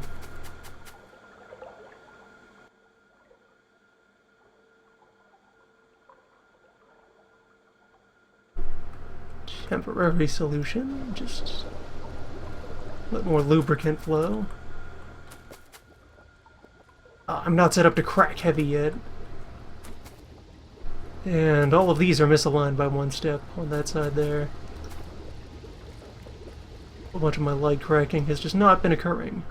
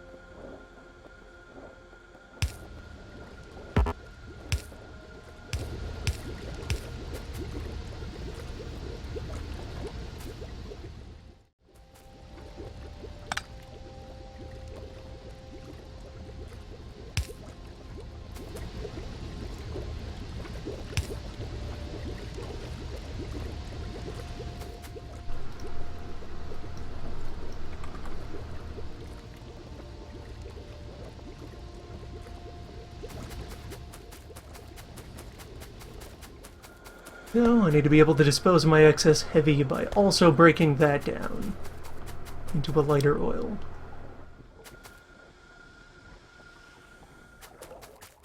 And set that up in a column over here.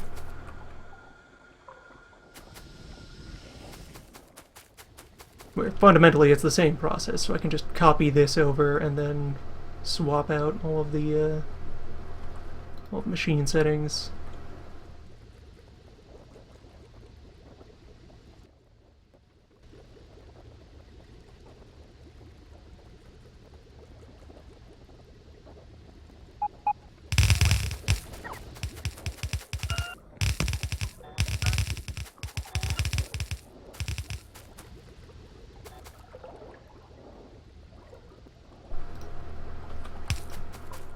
Put water into this.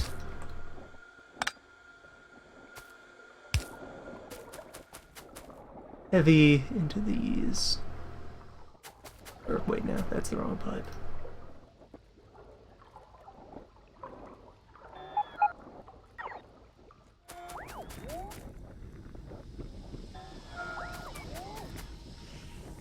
Terrible mistake. Just tear it all down. Re-blueprint.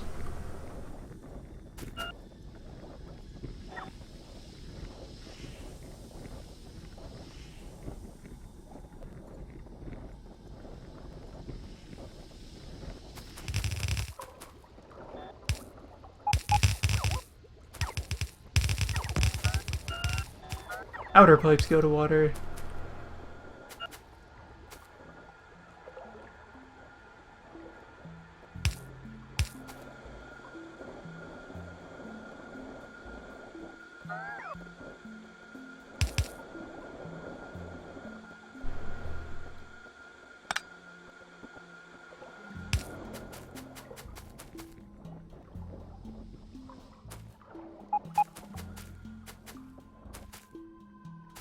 These pipes go to the heavy.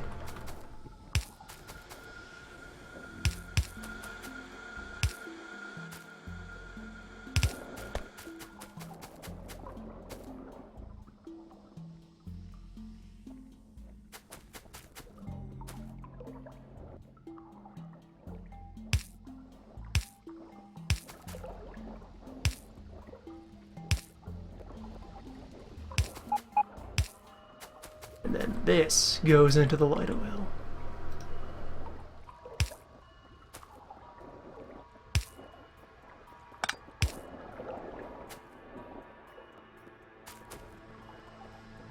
I just need some chem plants.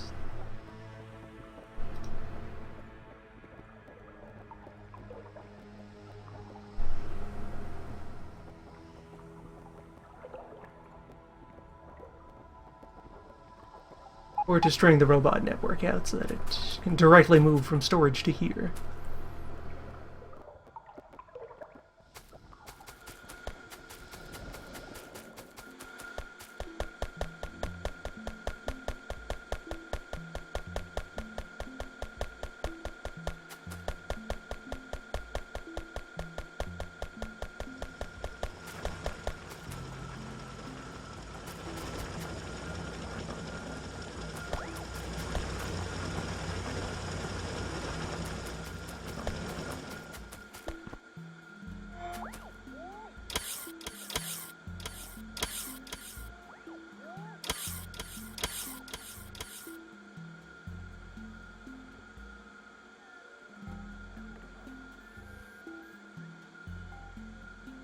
All the plate and metal portions of the bus look well supplied. Iron was only coming in on one of those belts though. Did I cut one of them doing something else?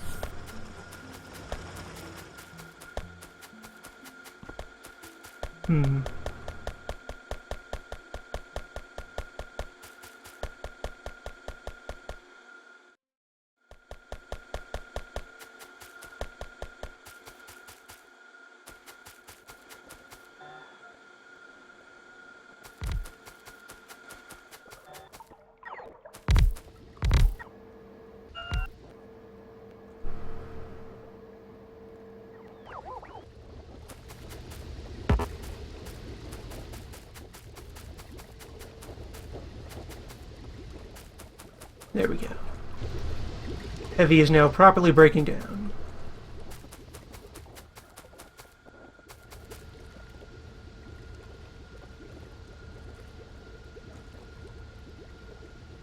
Heavy will lighten, light will gas.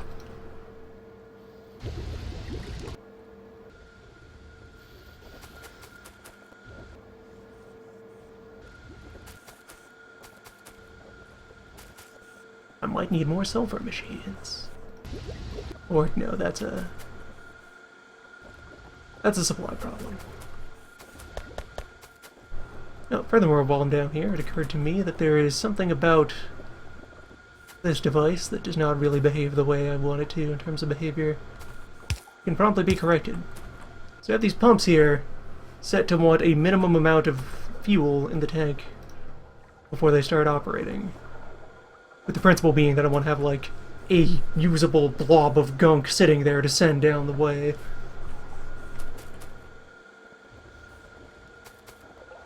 However,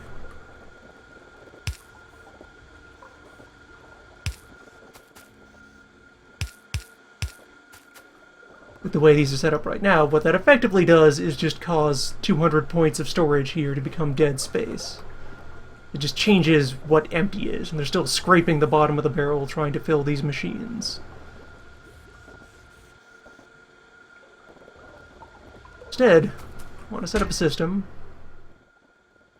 whereby it sort of toggles between accumulating at least the minimum amount and emptying out everything from its general storage.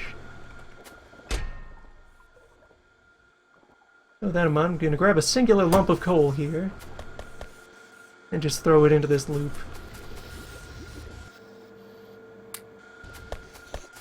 Now we start the magic.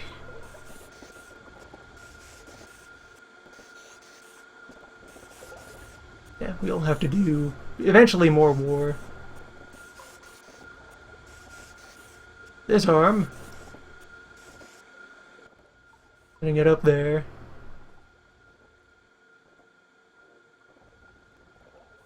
What I do is, this whole assemblage with the one lump of coal, the 2 boxes, and a bunch of arms wrapped around it, this is going to be a little automated toggling switch. Where the principle will be, it'll be in one state if the tank is empty. So I suppose this state that it's in right now. And then when it has at least 200 units, it will throw the switch over here to be like, okay, start pumping.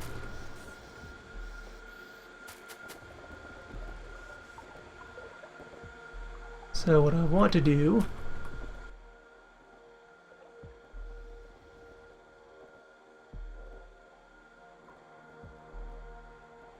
let's see, so this arm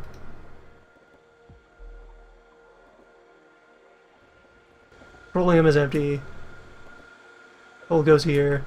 Coal going here means do not pump.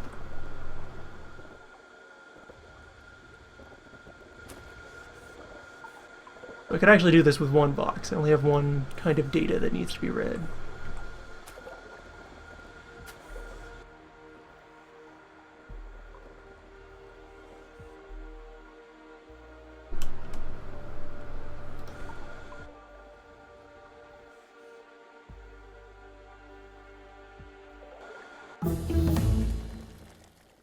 Hello, new type of combat robot. I'm going to build you, eventually.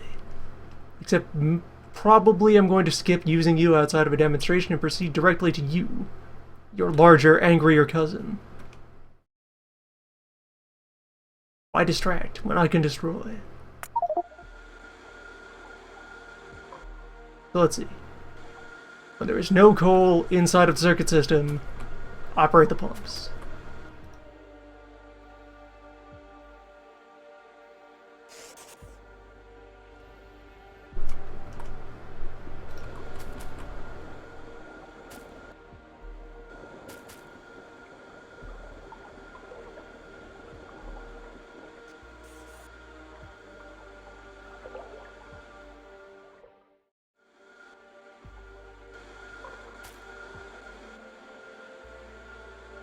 Because I don't need this second box, I can just run belt directly over.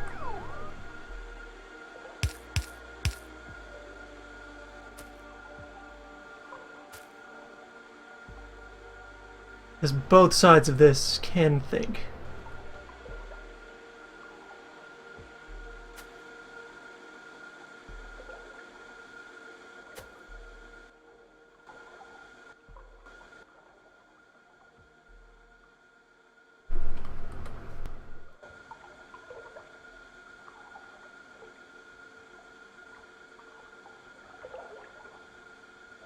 And let's see, am I carrying any more? I'm not carrying pump. I could go get pump making material. And the heavy is successfully drained out. And the refinery is plugged with light. Why is it light here and not over there? I cut another pipeline. Foolishness. Yes, I was piping the light oil directly over to the cracking machines. There we go. Problem solved there.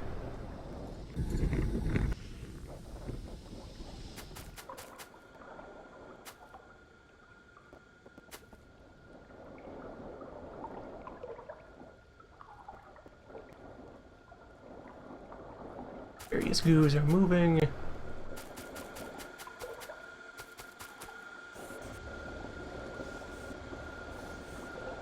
And the device is operational.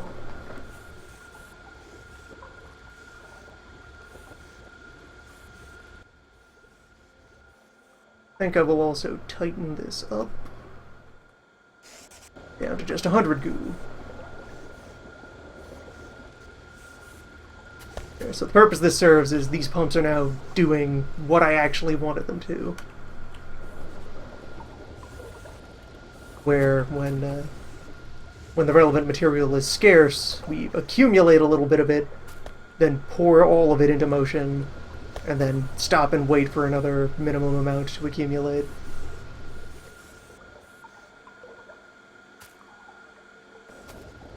And that makes sure that both sets of machinery get a chance to take their share.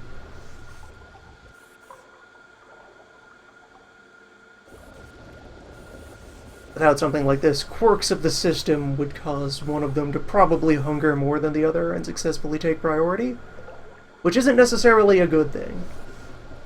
Especially since if either machine overproduces, they will back up and shut down and yield their inputs to the other automatically anyway.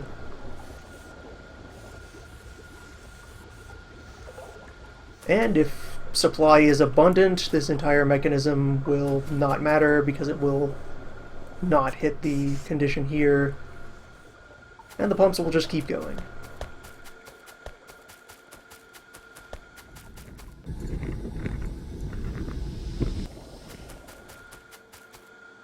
And they get to work down that crude backlog.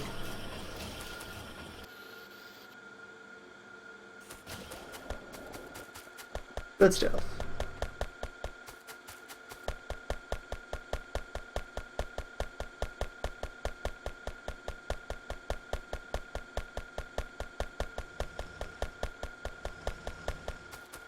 Plastic is healthy again.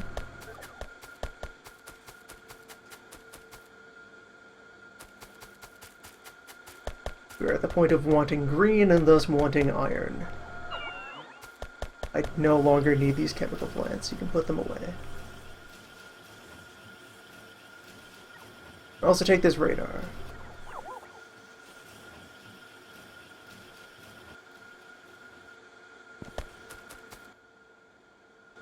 And I guess all the power generating equipment as well.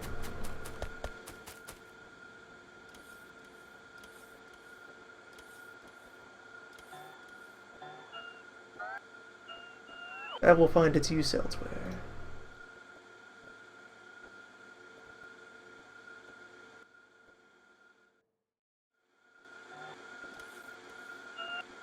I'll leave this page out of the book. It's been kind of my short-term impulse blueprint.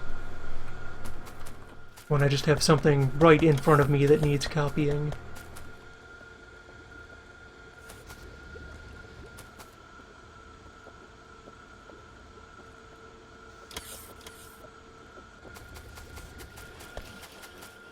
Acid is flowing again.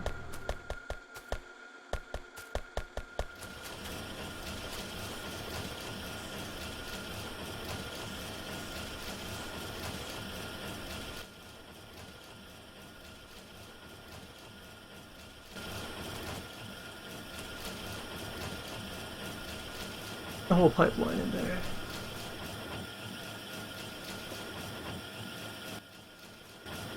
Or set this up to be more smoothly tileable.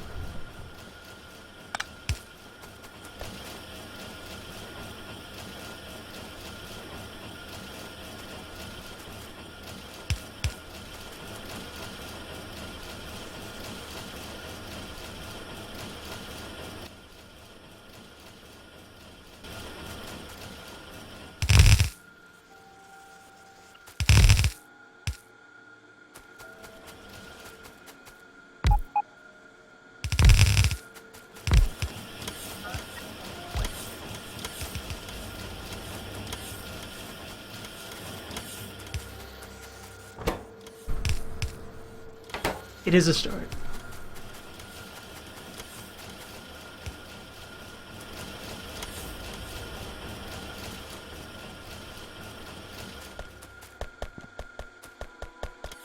And now, hopefully, if I just kind of put the word out, Helpful Roberts will attempt to deliver to me all available top-level modules.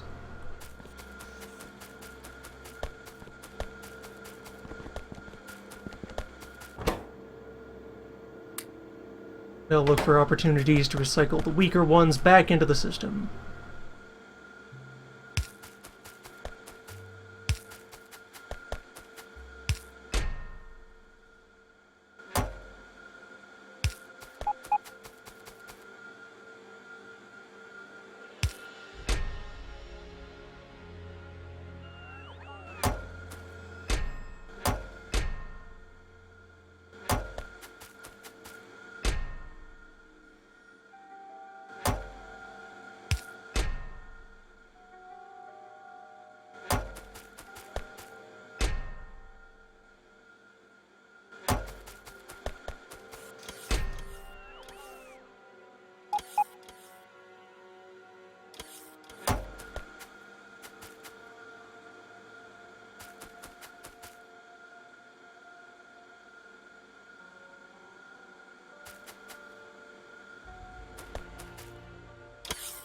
And I should perhaps get back in there and put hypothetical limiters on the Type 3 mod? Nah. Those take long enough to create as it is. If I end up with thousands of them in a stockpile, that's beauty. That's artistry.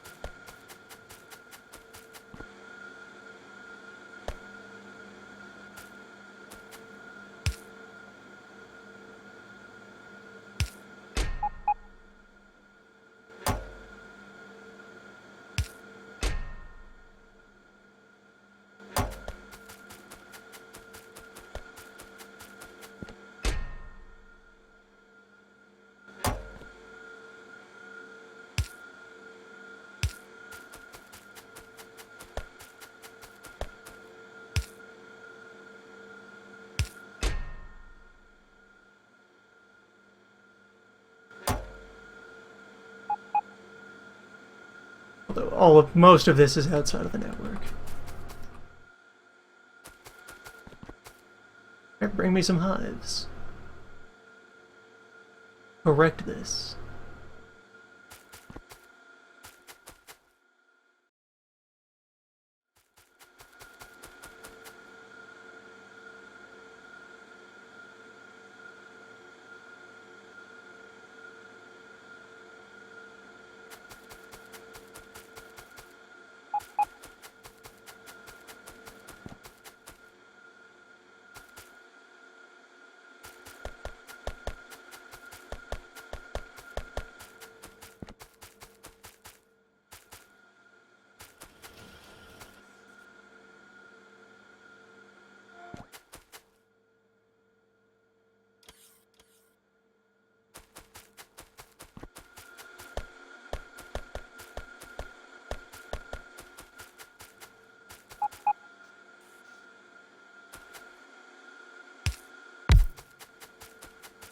My first one there.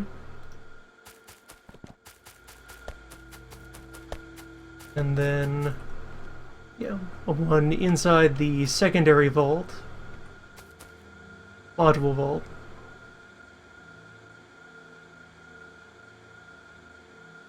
We'll give coverage to all that.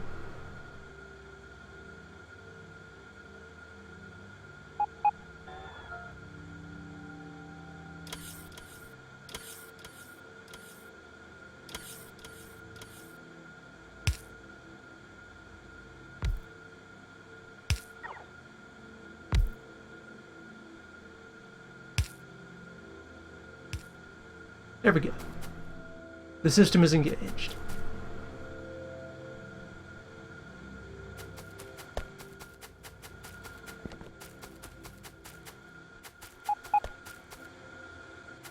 Brings us back to the question of how to feed the module machine.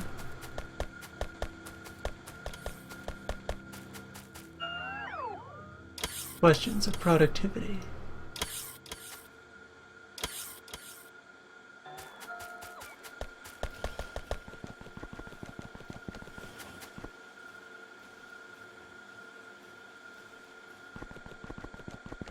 Yeah, there we go. Acid tube is looking fine.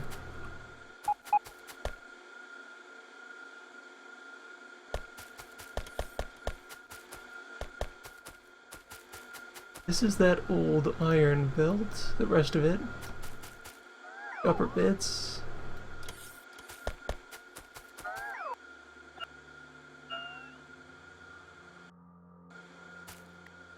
Tired ore delivery system.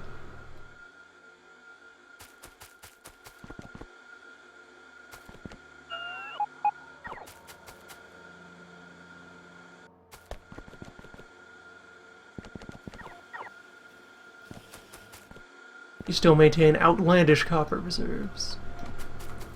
That will change once we're able to properly scale up blue production.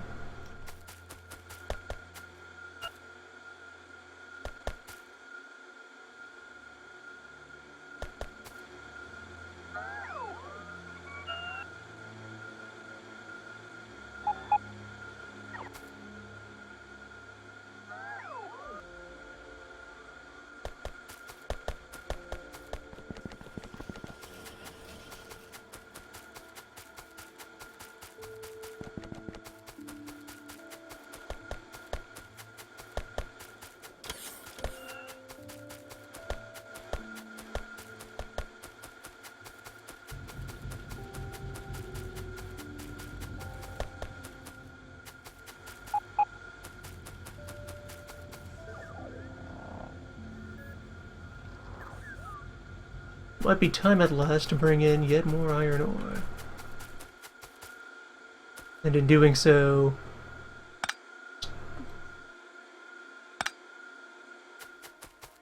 time for a rebirth of the train station.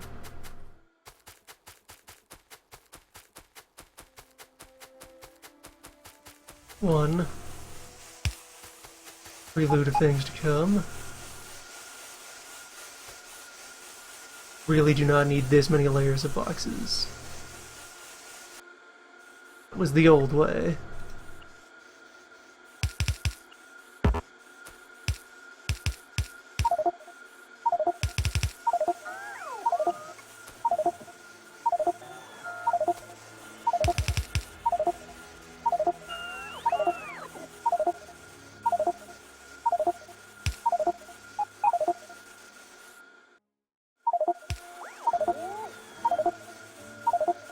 Okay, I've created a problem.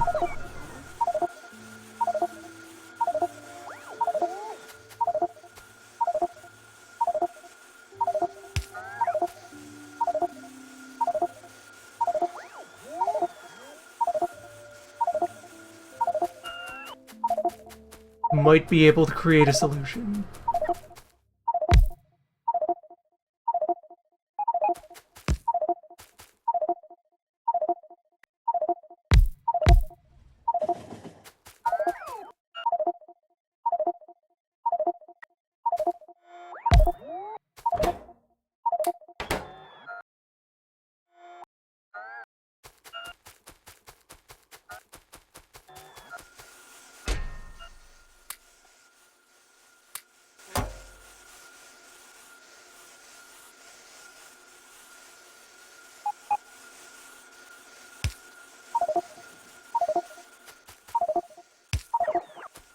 yet further improve this situation. Conduct a move.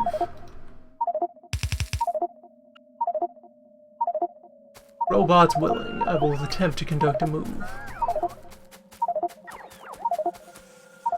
They are continuing to panic.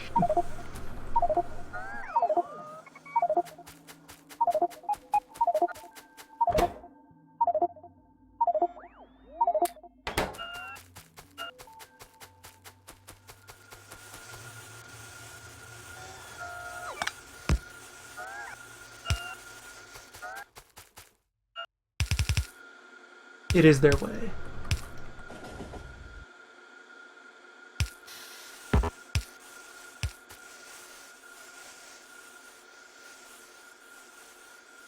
There we go. Look how much faster this thing loads.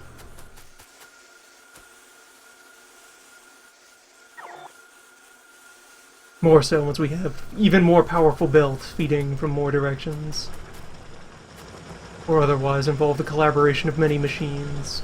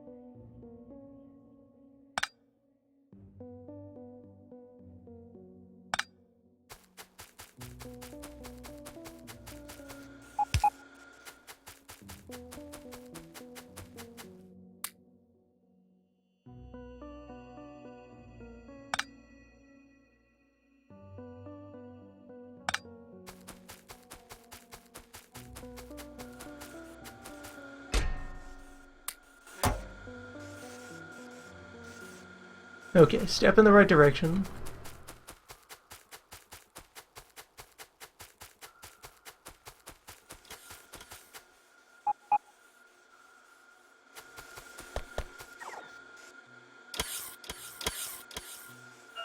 And the robots can clean out our junk.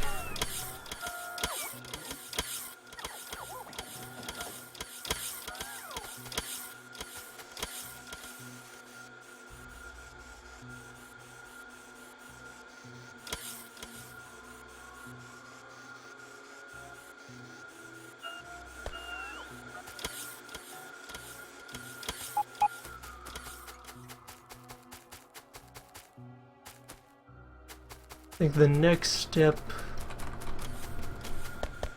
dragging this closer to its final form. Put a bunch of placeholder cargo wagons on the back of this thing.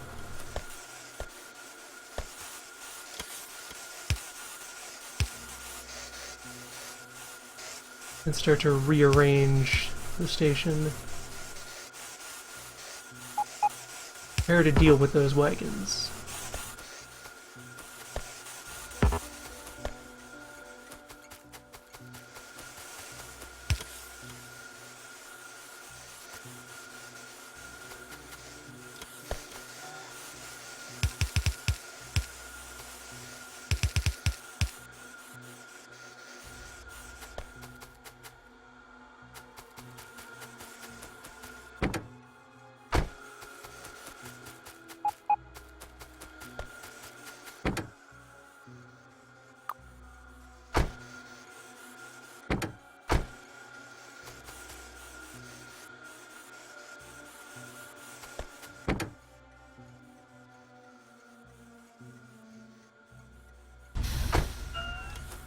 Okay, yeah, just putting the wagons on knocked it out of automatic.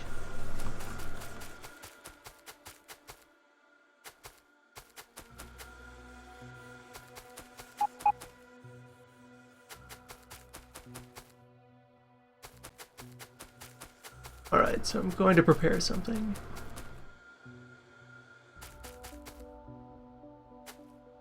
It's time to begin the rebuild.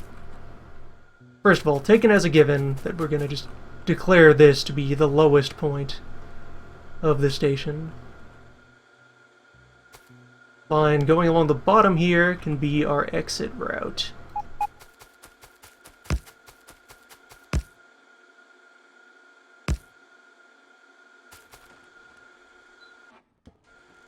Fuel balancer can move down.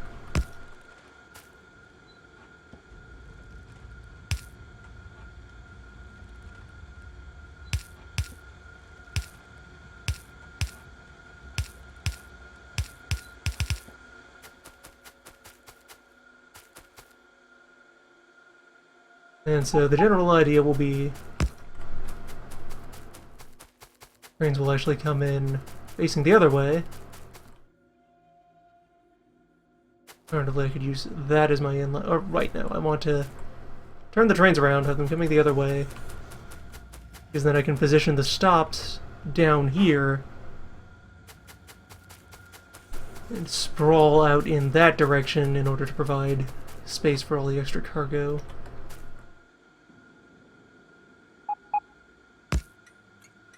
So supposing a stop here. Just receive that name in duplicate. These are now synonymous. And you are now dead.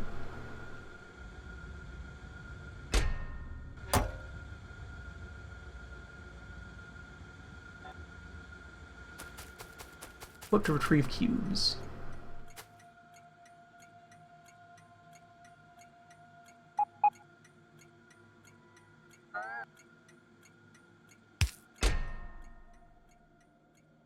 Throw down a cube requester here.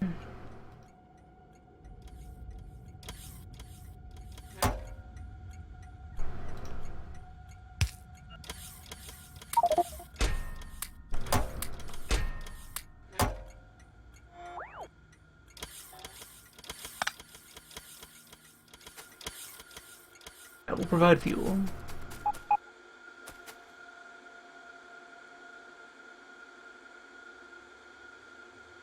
At each wagon, I need enough room to do roughly this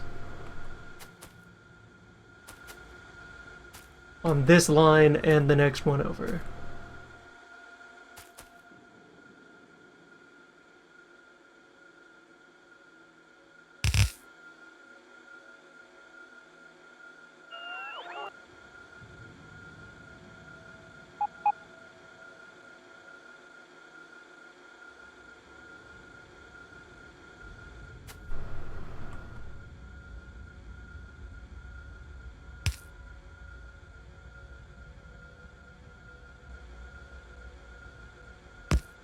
Spacing something like that.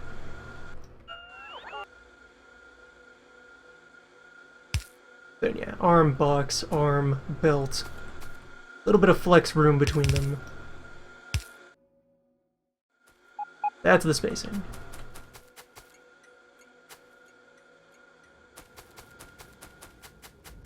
Train is going to stay out there because it cannot fill in its current state because I haven't set it up to receive cargo to any of the other wagons.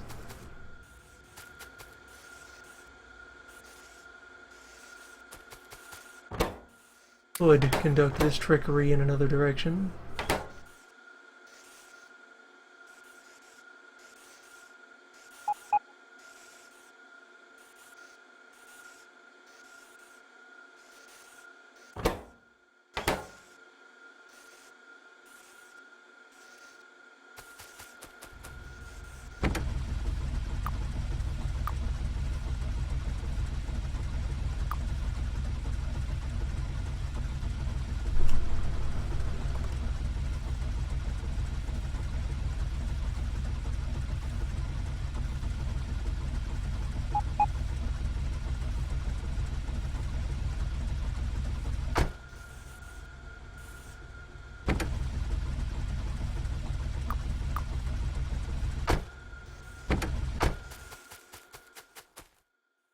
there we go. Now you complain that you have no idea how to get there. And you shouldn't, because I've removed your path. Backwards to how you want it to be. Everything's changing. Whole new world.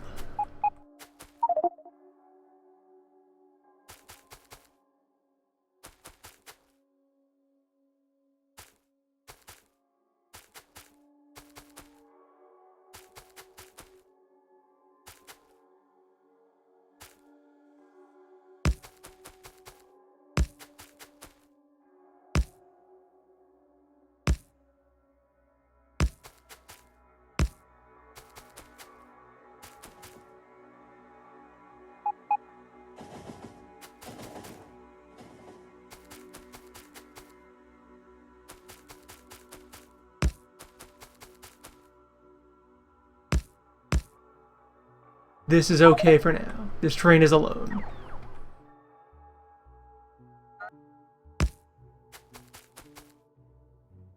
It'll use whatever rails it has to get the job done.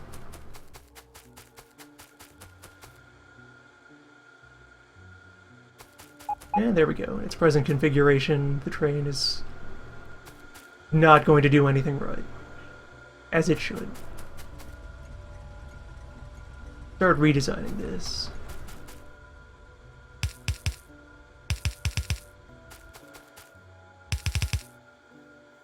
Six boxes to either side.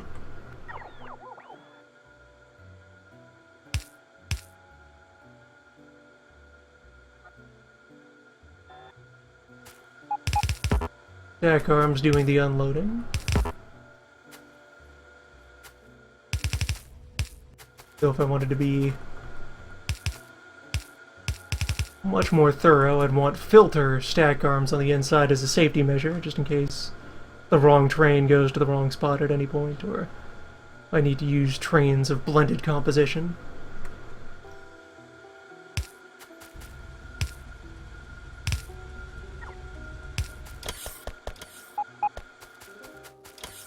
As long as the train is immobile, this is entirely safe.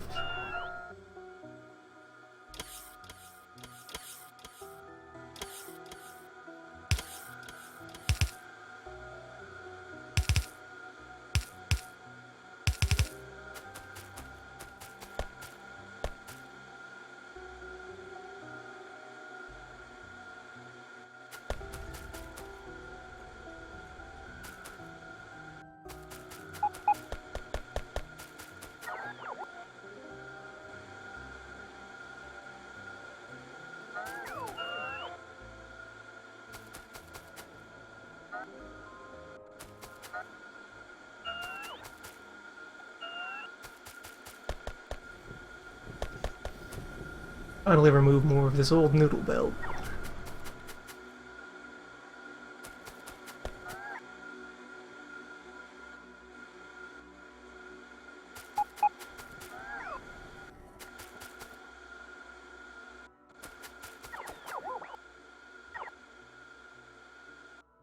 Served us well.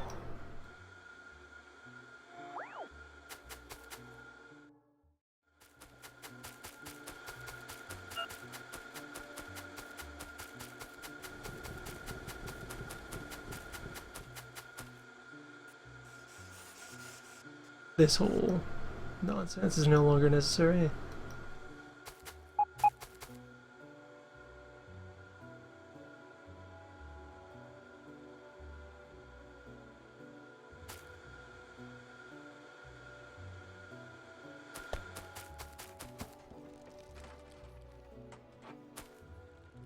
I may, at some point as well, reconfigure the cube machine.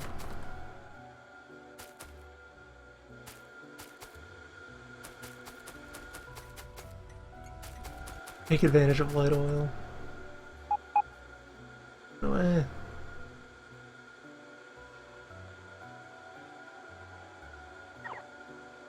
Up all of this.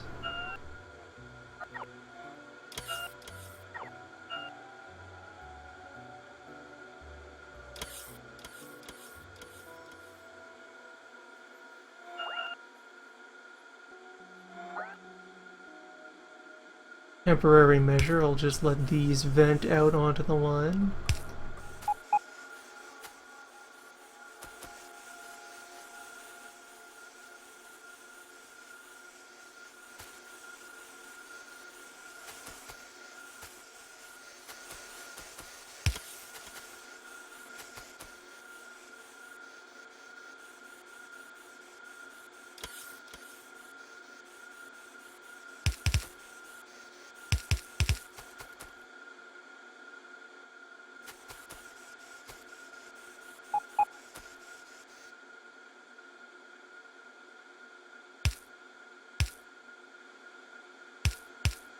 And yes, I can do this. What will happen is I'll set up this side similarly. Sort of just push its ore out this way. And I will have these two belt ends that exist coming off of this portion of the station be connected into whatever balancing and distributing system I feel necessary.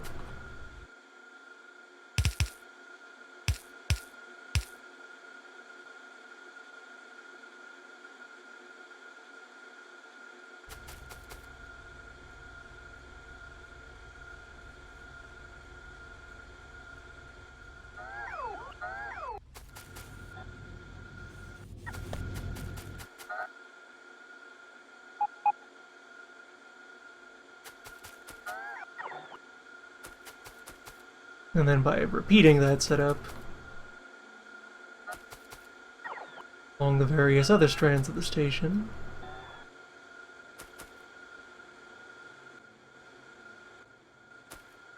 oh, this backlog cleared too.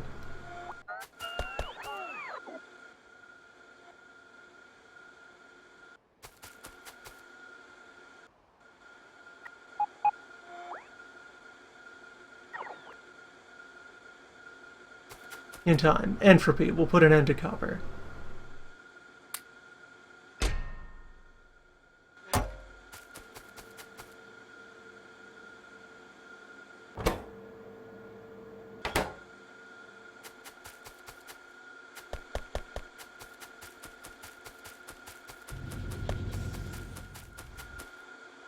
Alright, so it's a little test.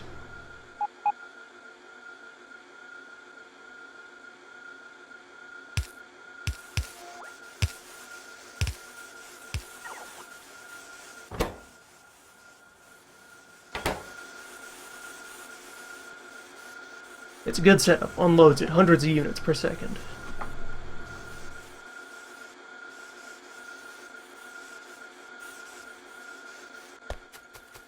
Creates nice dense output belts. Those in turn head off to the machines. This is the kind of setup that I could blue shift.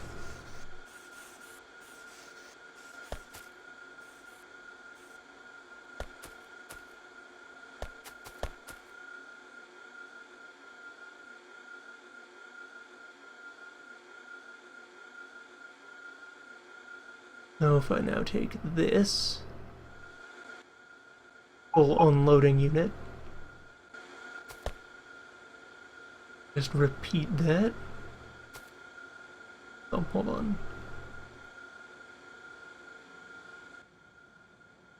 Take the rails out from it so I can position it exactly as I'd like.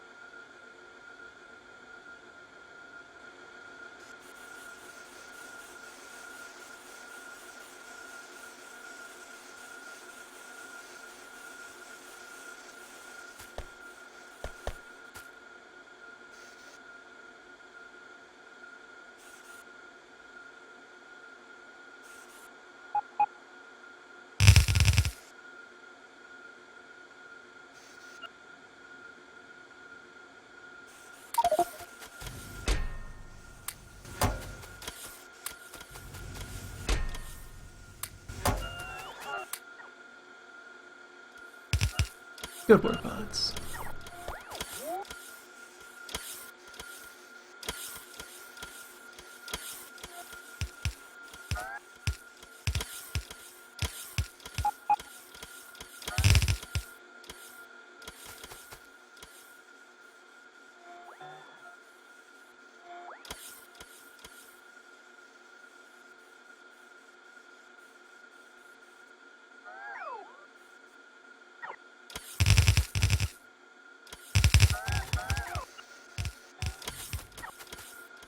Alright. In that, we have mechanism for unloading a 4-unit train. Very quickly. So long as we don't care about what in particular is coming out of it.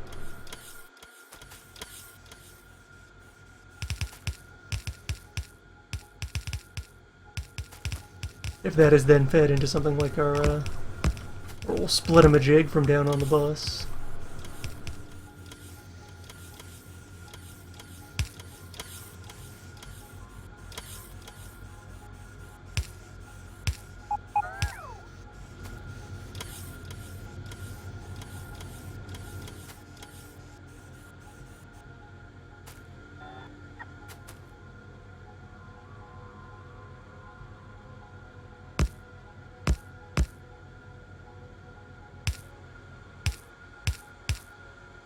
You then have reasonable confidence that it is distributing everything that it's unloading in a nice, equitable manner.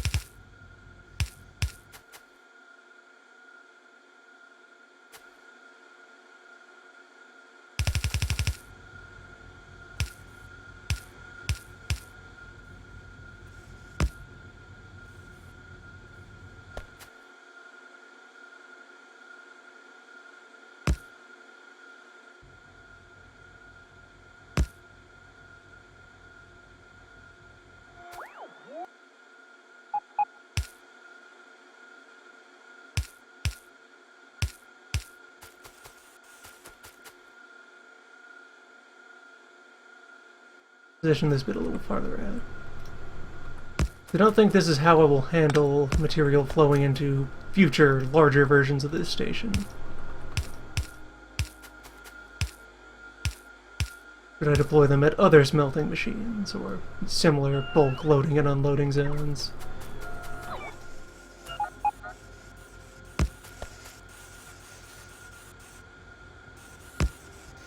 This is just what's suitable for the machine as it stands.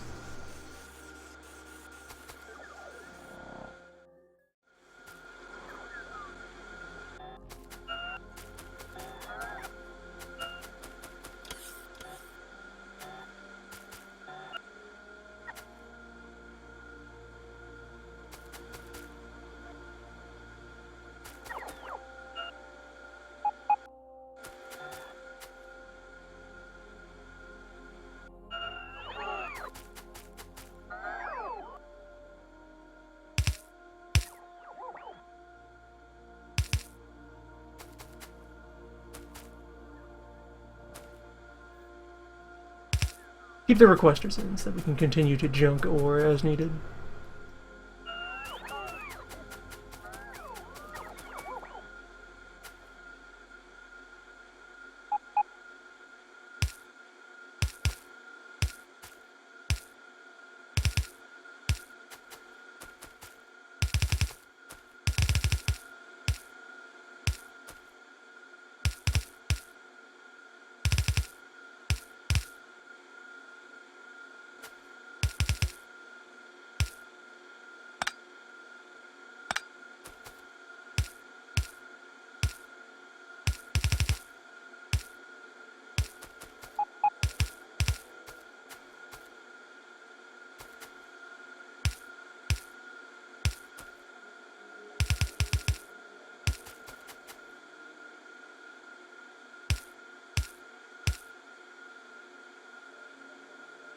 There, a result just marginally less foolish than previous iterations of the design.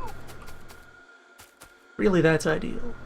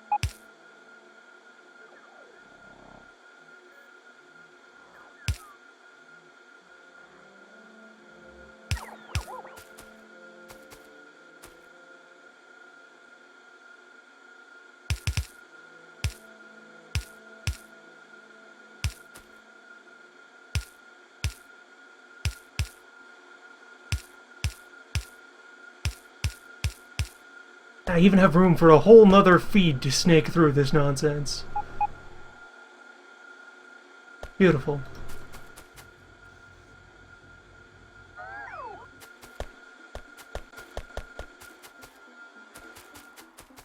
That in mind, Iron Train. Get you to use more than one wagon.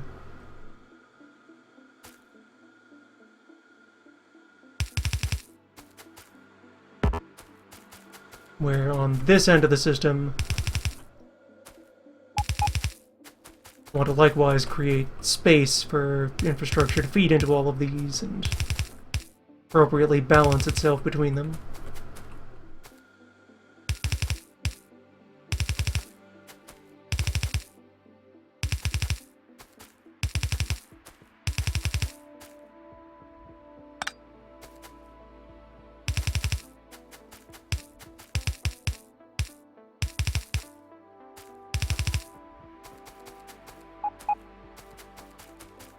So let this serve as just sort of a picture of what will one day be.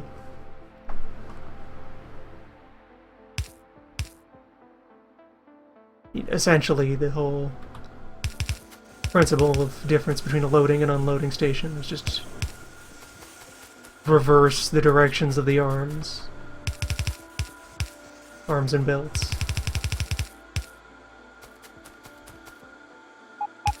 For now, this is close enough.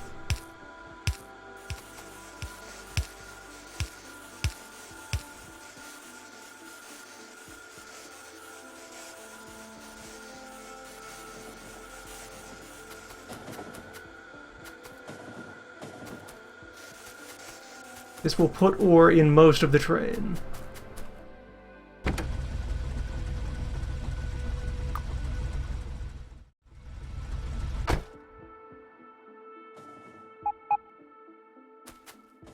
Not carrying any landfill.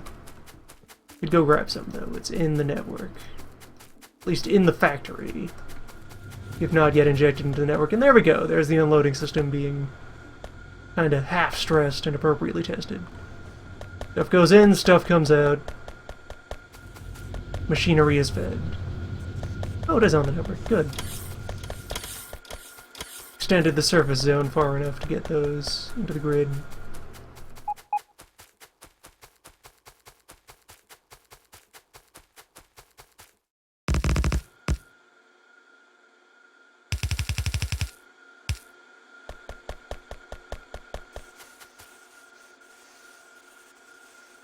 It's going to take some time for this train to fill.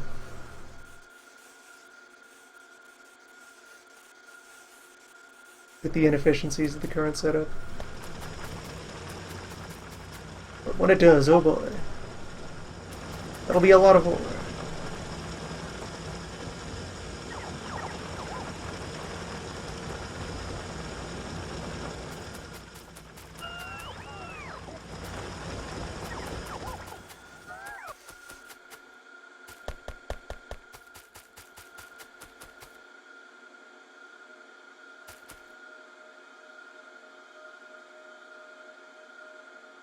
One can see just right away. Mere red belt is not nearly powerful enough to keep up with these fearsome arms. I would need many of them operating in parallel, being filled with appropriate material. Or otherwise having their workload distributed.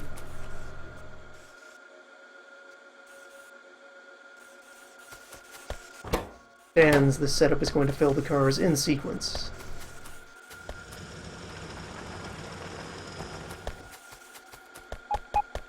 It's a rough draft. Oh, I can kill all of these old panels.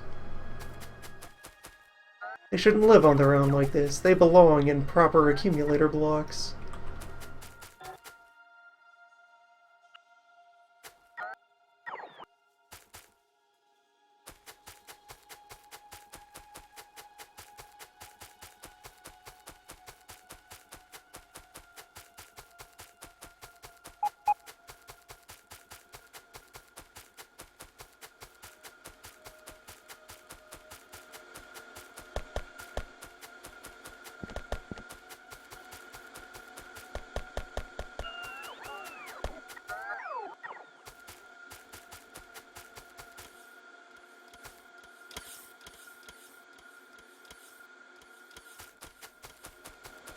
Alright, so with this we're going to receive intermittent bursts of decent output.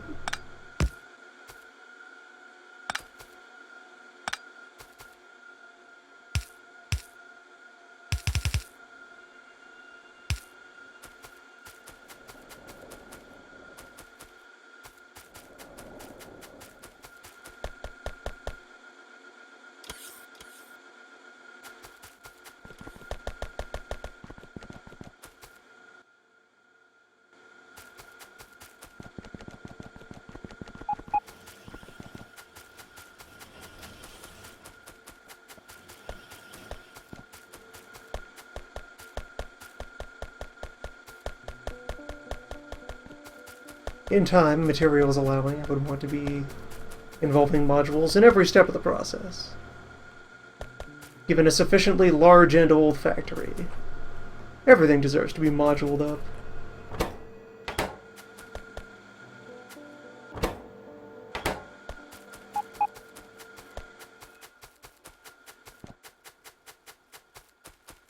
Though really the point where you'd have saturation of high-level modules is also well past where you could reasonably have built and launched at least your first rocket.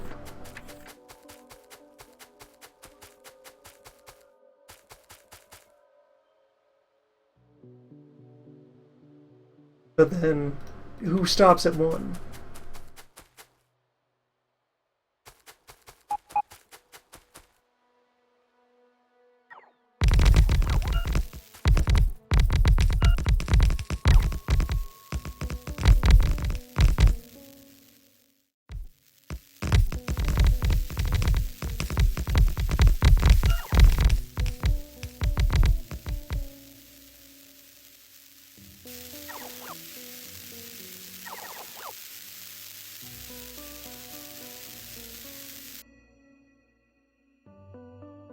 How does this blueprint deploy sideways?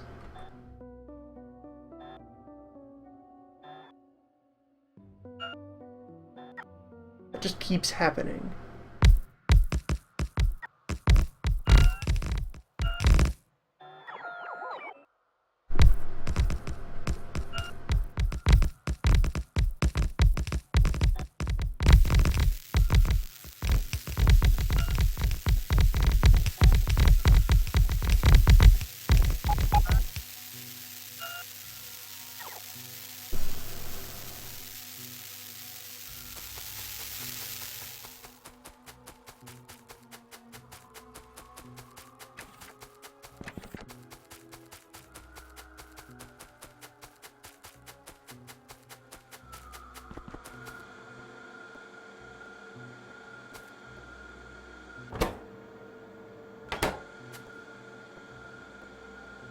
Alright, so the current bottleneck is red.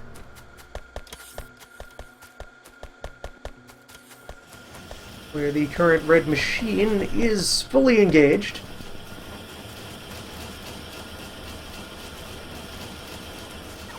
So it's a matter of scaling it up.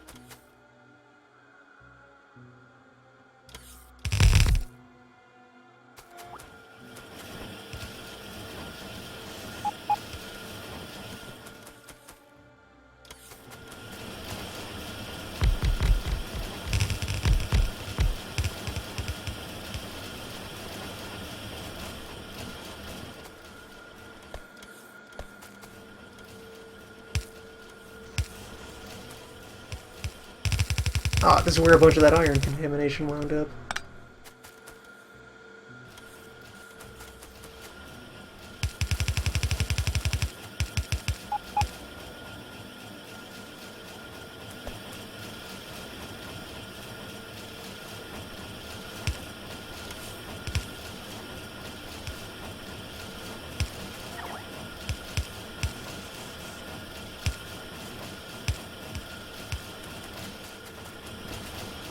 We'll be plucking bits of those out of the factory for some time to come.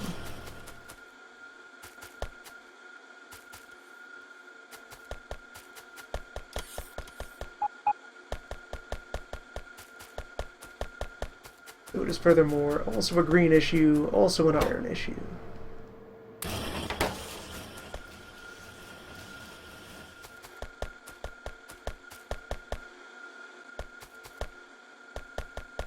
That's a matter of we interrupted the flow of ore to set up the train, and the new setup for the train is one that involves a lot of waiting around because it is really not actually equipped to move all of the...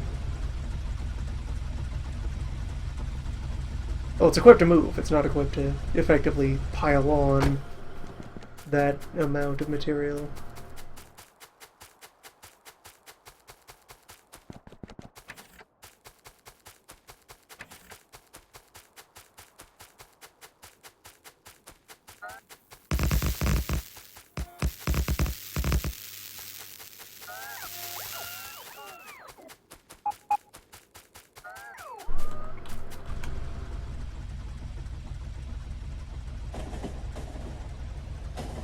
Head out and cap off that one incomplete block.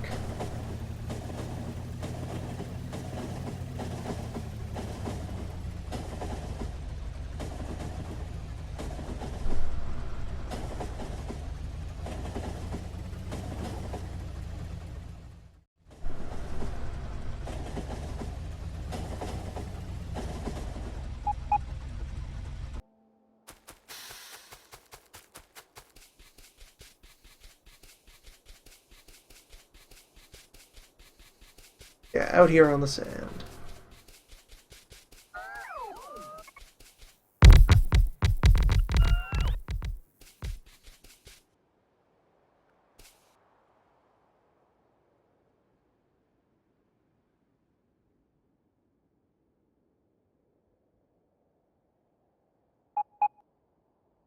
And at peak daylight, the solar grid is nearly covering all of our energy needs right now. Good stuff.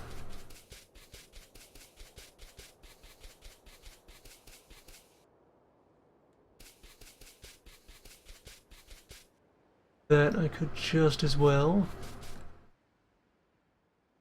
Put up a gap here.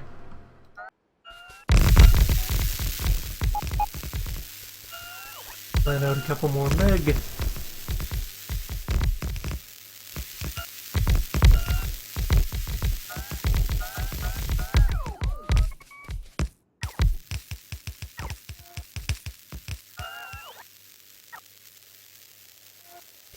And once completed, all of this would probably be close to current regular energy demands.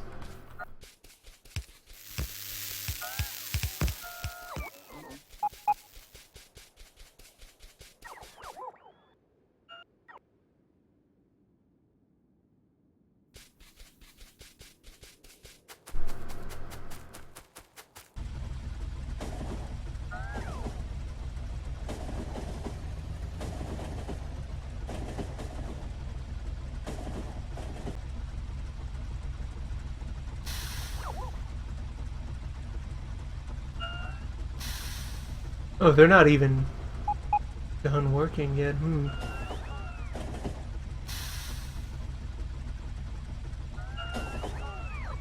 There's not quite enough room on this intersection.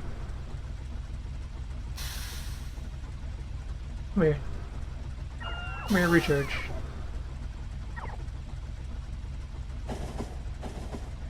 What were you up to? This is all unsignaled rail right now, or at least mostly unsignaled. Alright. We wanted to deliver those.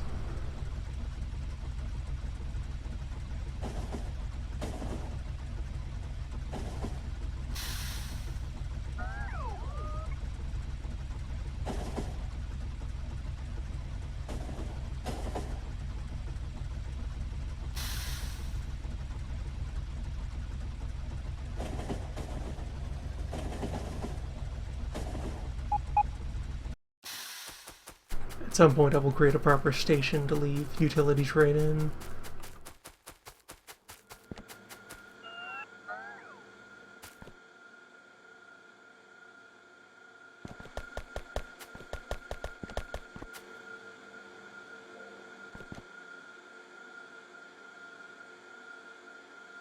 We'll create a standing order to have one or more trains just on hand out of supply.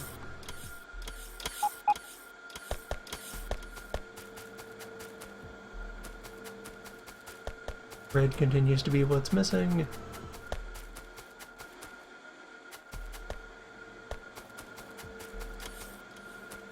Red is now demanding green. Green is demanding iron.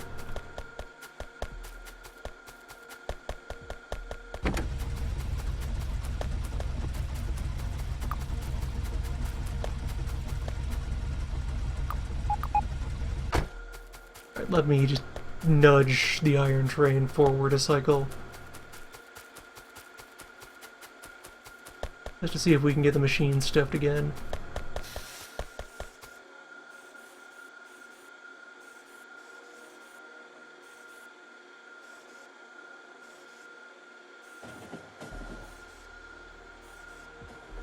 So fast on the unload.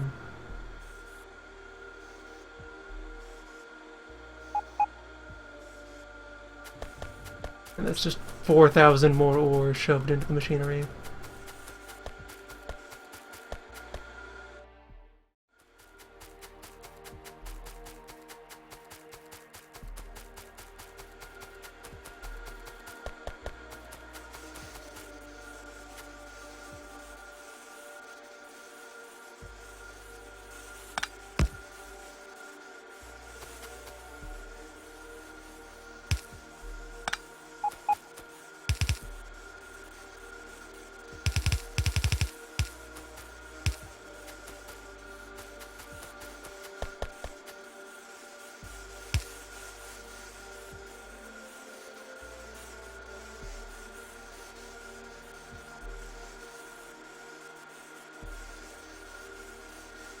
There. Now at least most of the cars will have a chance.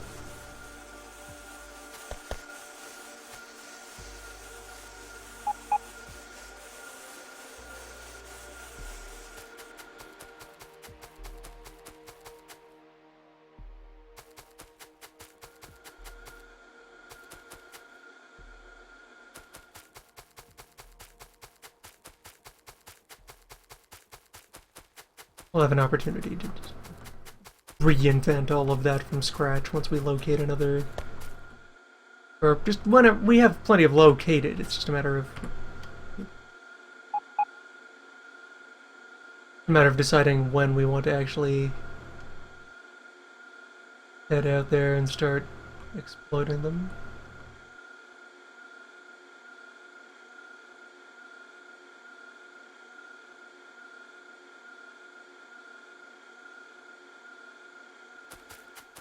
When the time's right.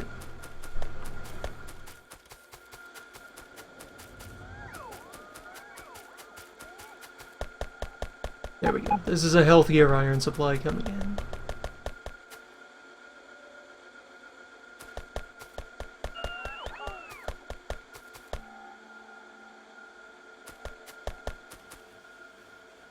some of which is properly ending up here in the green machine.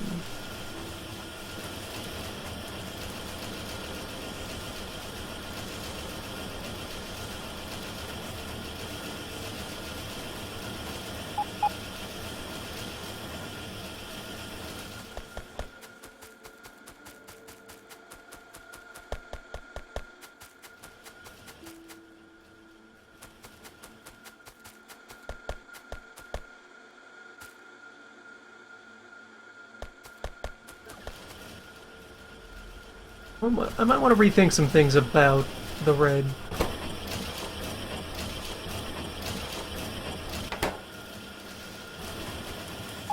I'm going to be creating larger volumes of it like this.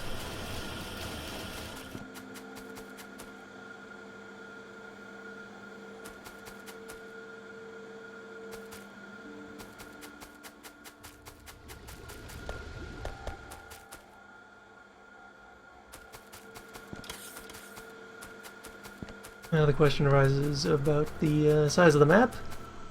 Infinite.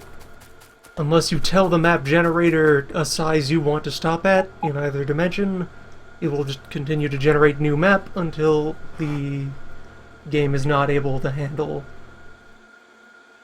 how much map it has created.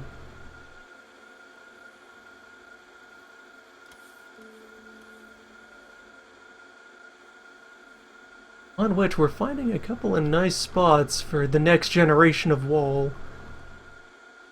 This coast goes up there, then a wall there and a wall there captures all of this. There. Walls over here.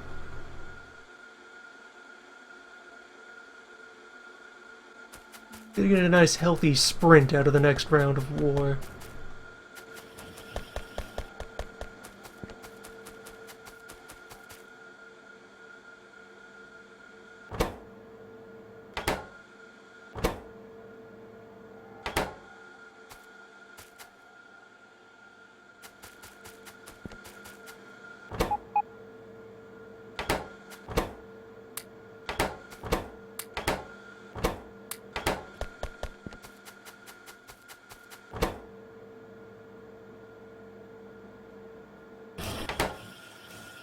There, just do a little brute force manual rearranging here.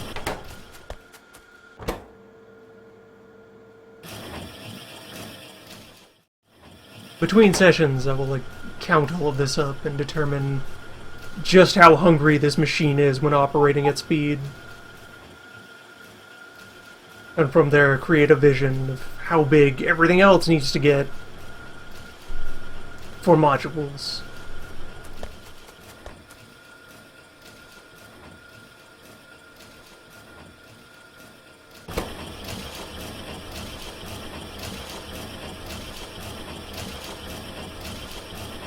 Actually, you know what? Yeah, this is an application where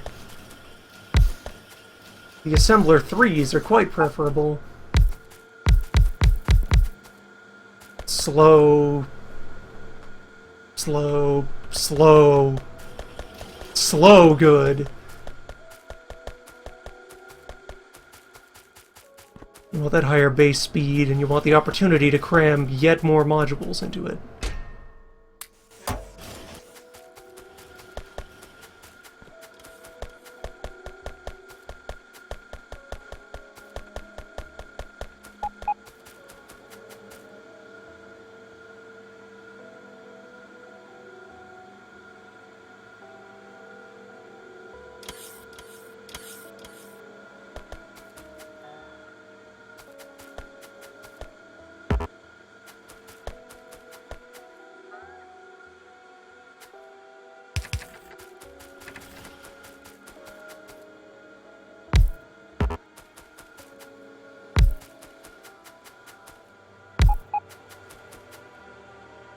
In light of the repeated need to come in here and conduct maintenance on the system,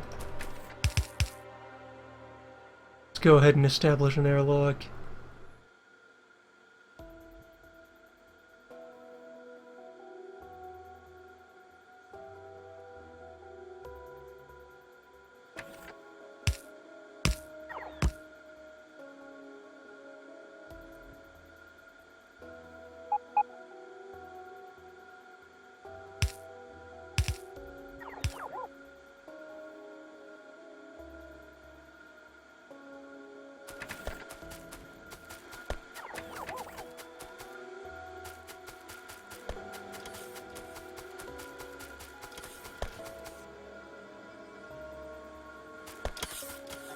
Alright, good.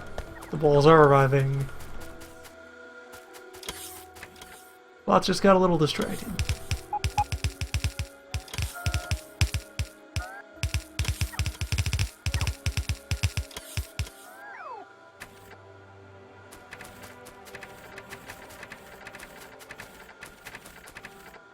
That should be a bit farther away. Make sure that only one set of gates engages at a time. Up around here.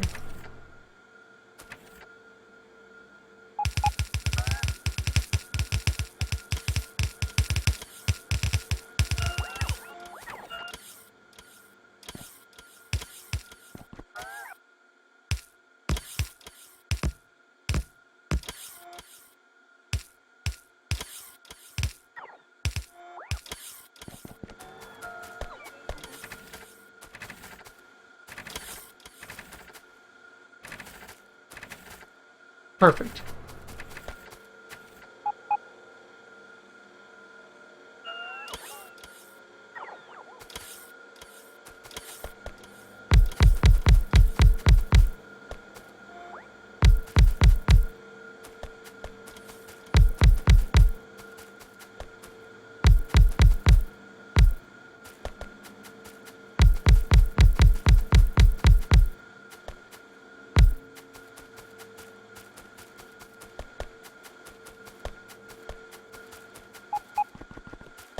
Installing more Mark III units throughout the production chain will also be an important part of continuing to scale up the machine.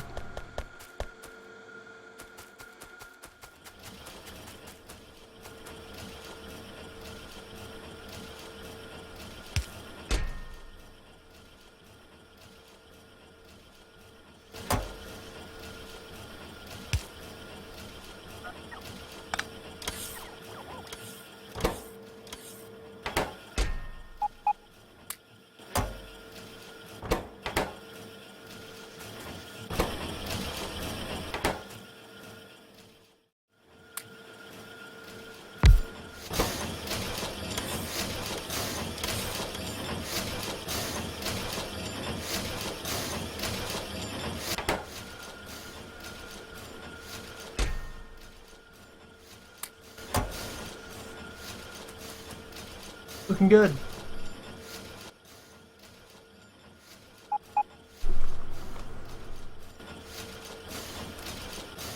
Sounding good. Let's see, yeah, look. Out here, externally for the visuals, each successive assembler has more moving parts undulating around on it.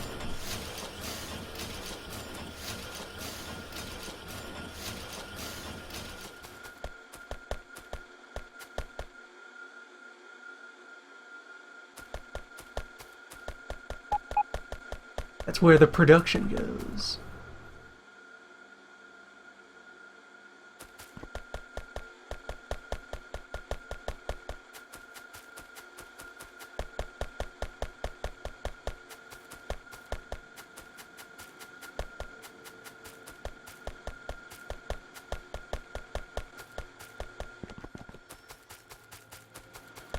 So I need to create a consistent iron supply.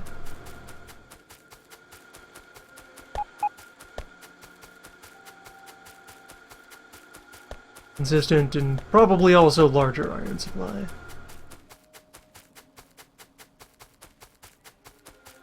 Let's see, how much has this train accumulated?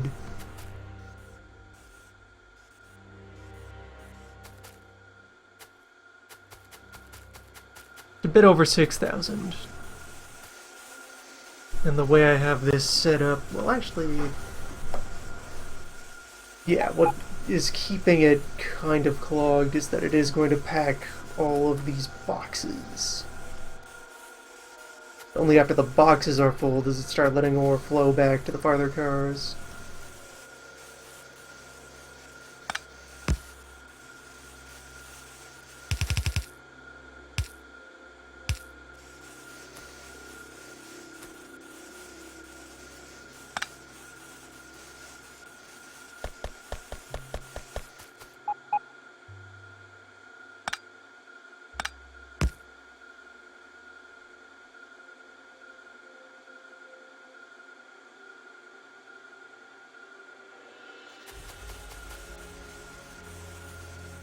There's a healthy stopgap.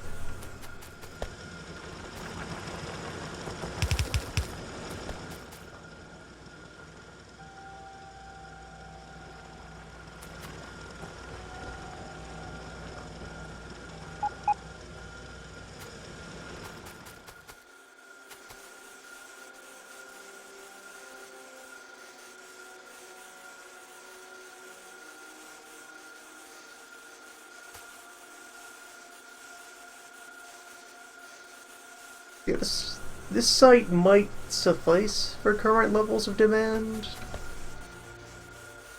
It's just that the setup as I have it right now involves a lot of material buffering.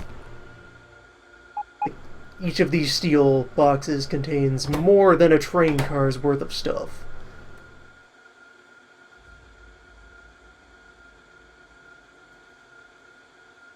This is just going to continue to be transportable for some time.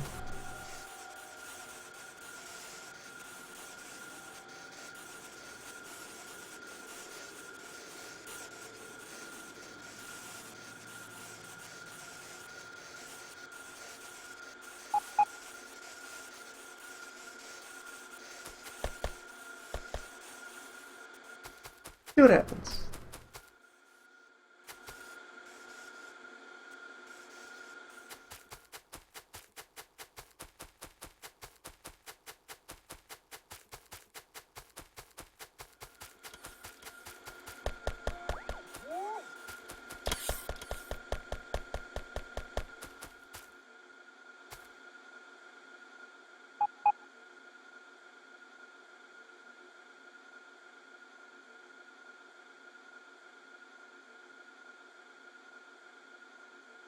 Every so often the machine must hibernate. That's just industry.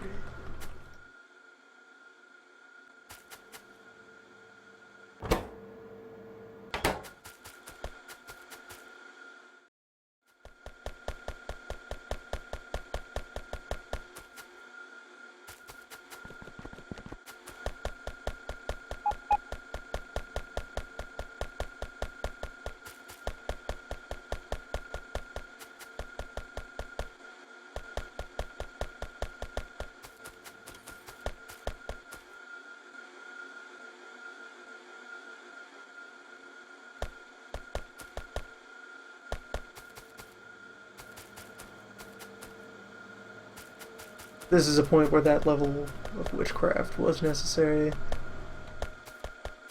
Boxed myself in that much. Eventually the laboratory will cease to exist. That'll provide room.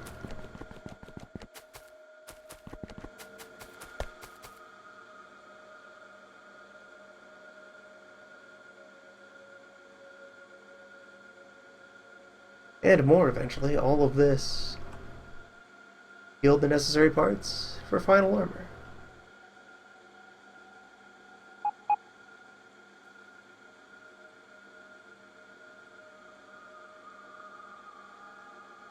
Where you can see spelled out there in the total bill of materials there.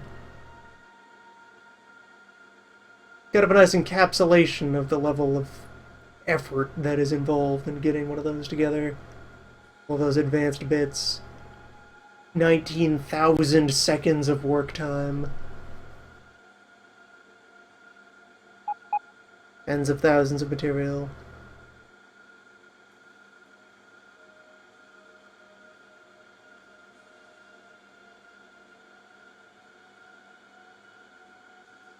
That's more than 5 hours if you had to do all of this in series at basic speed.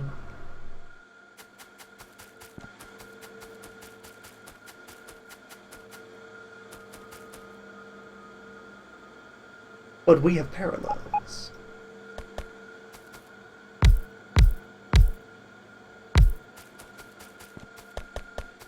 We have the machine.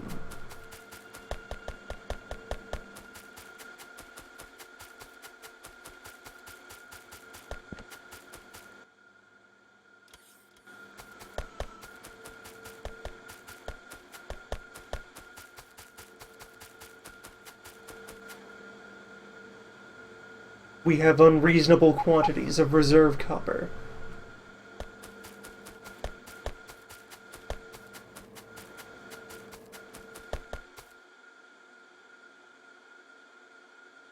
We have industry.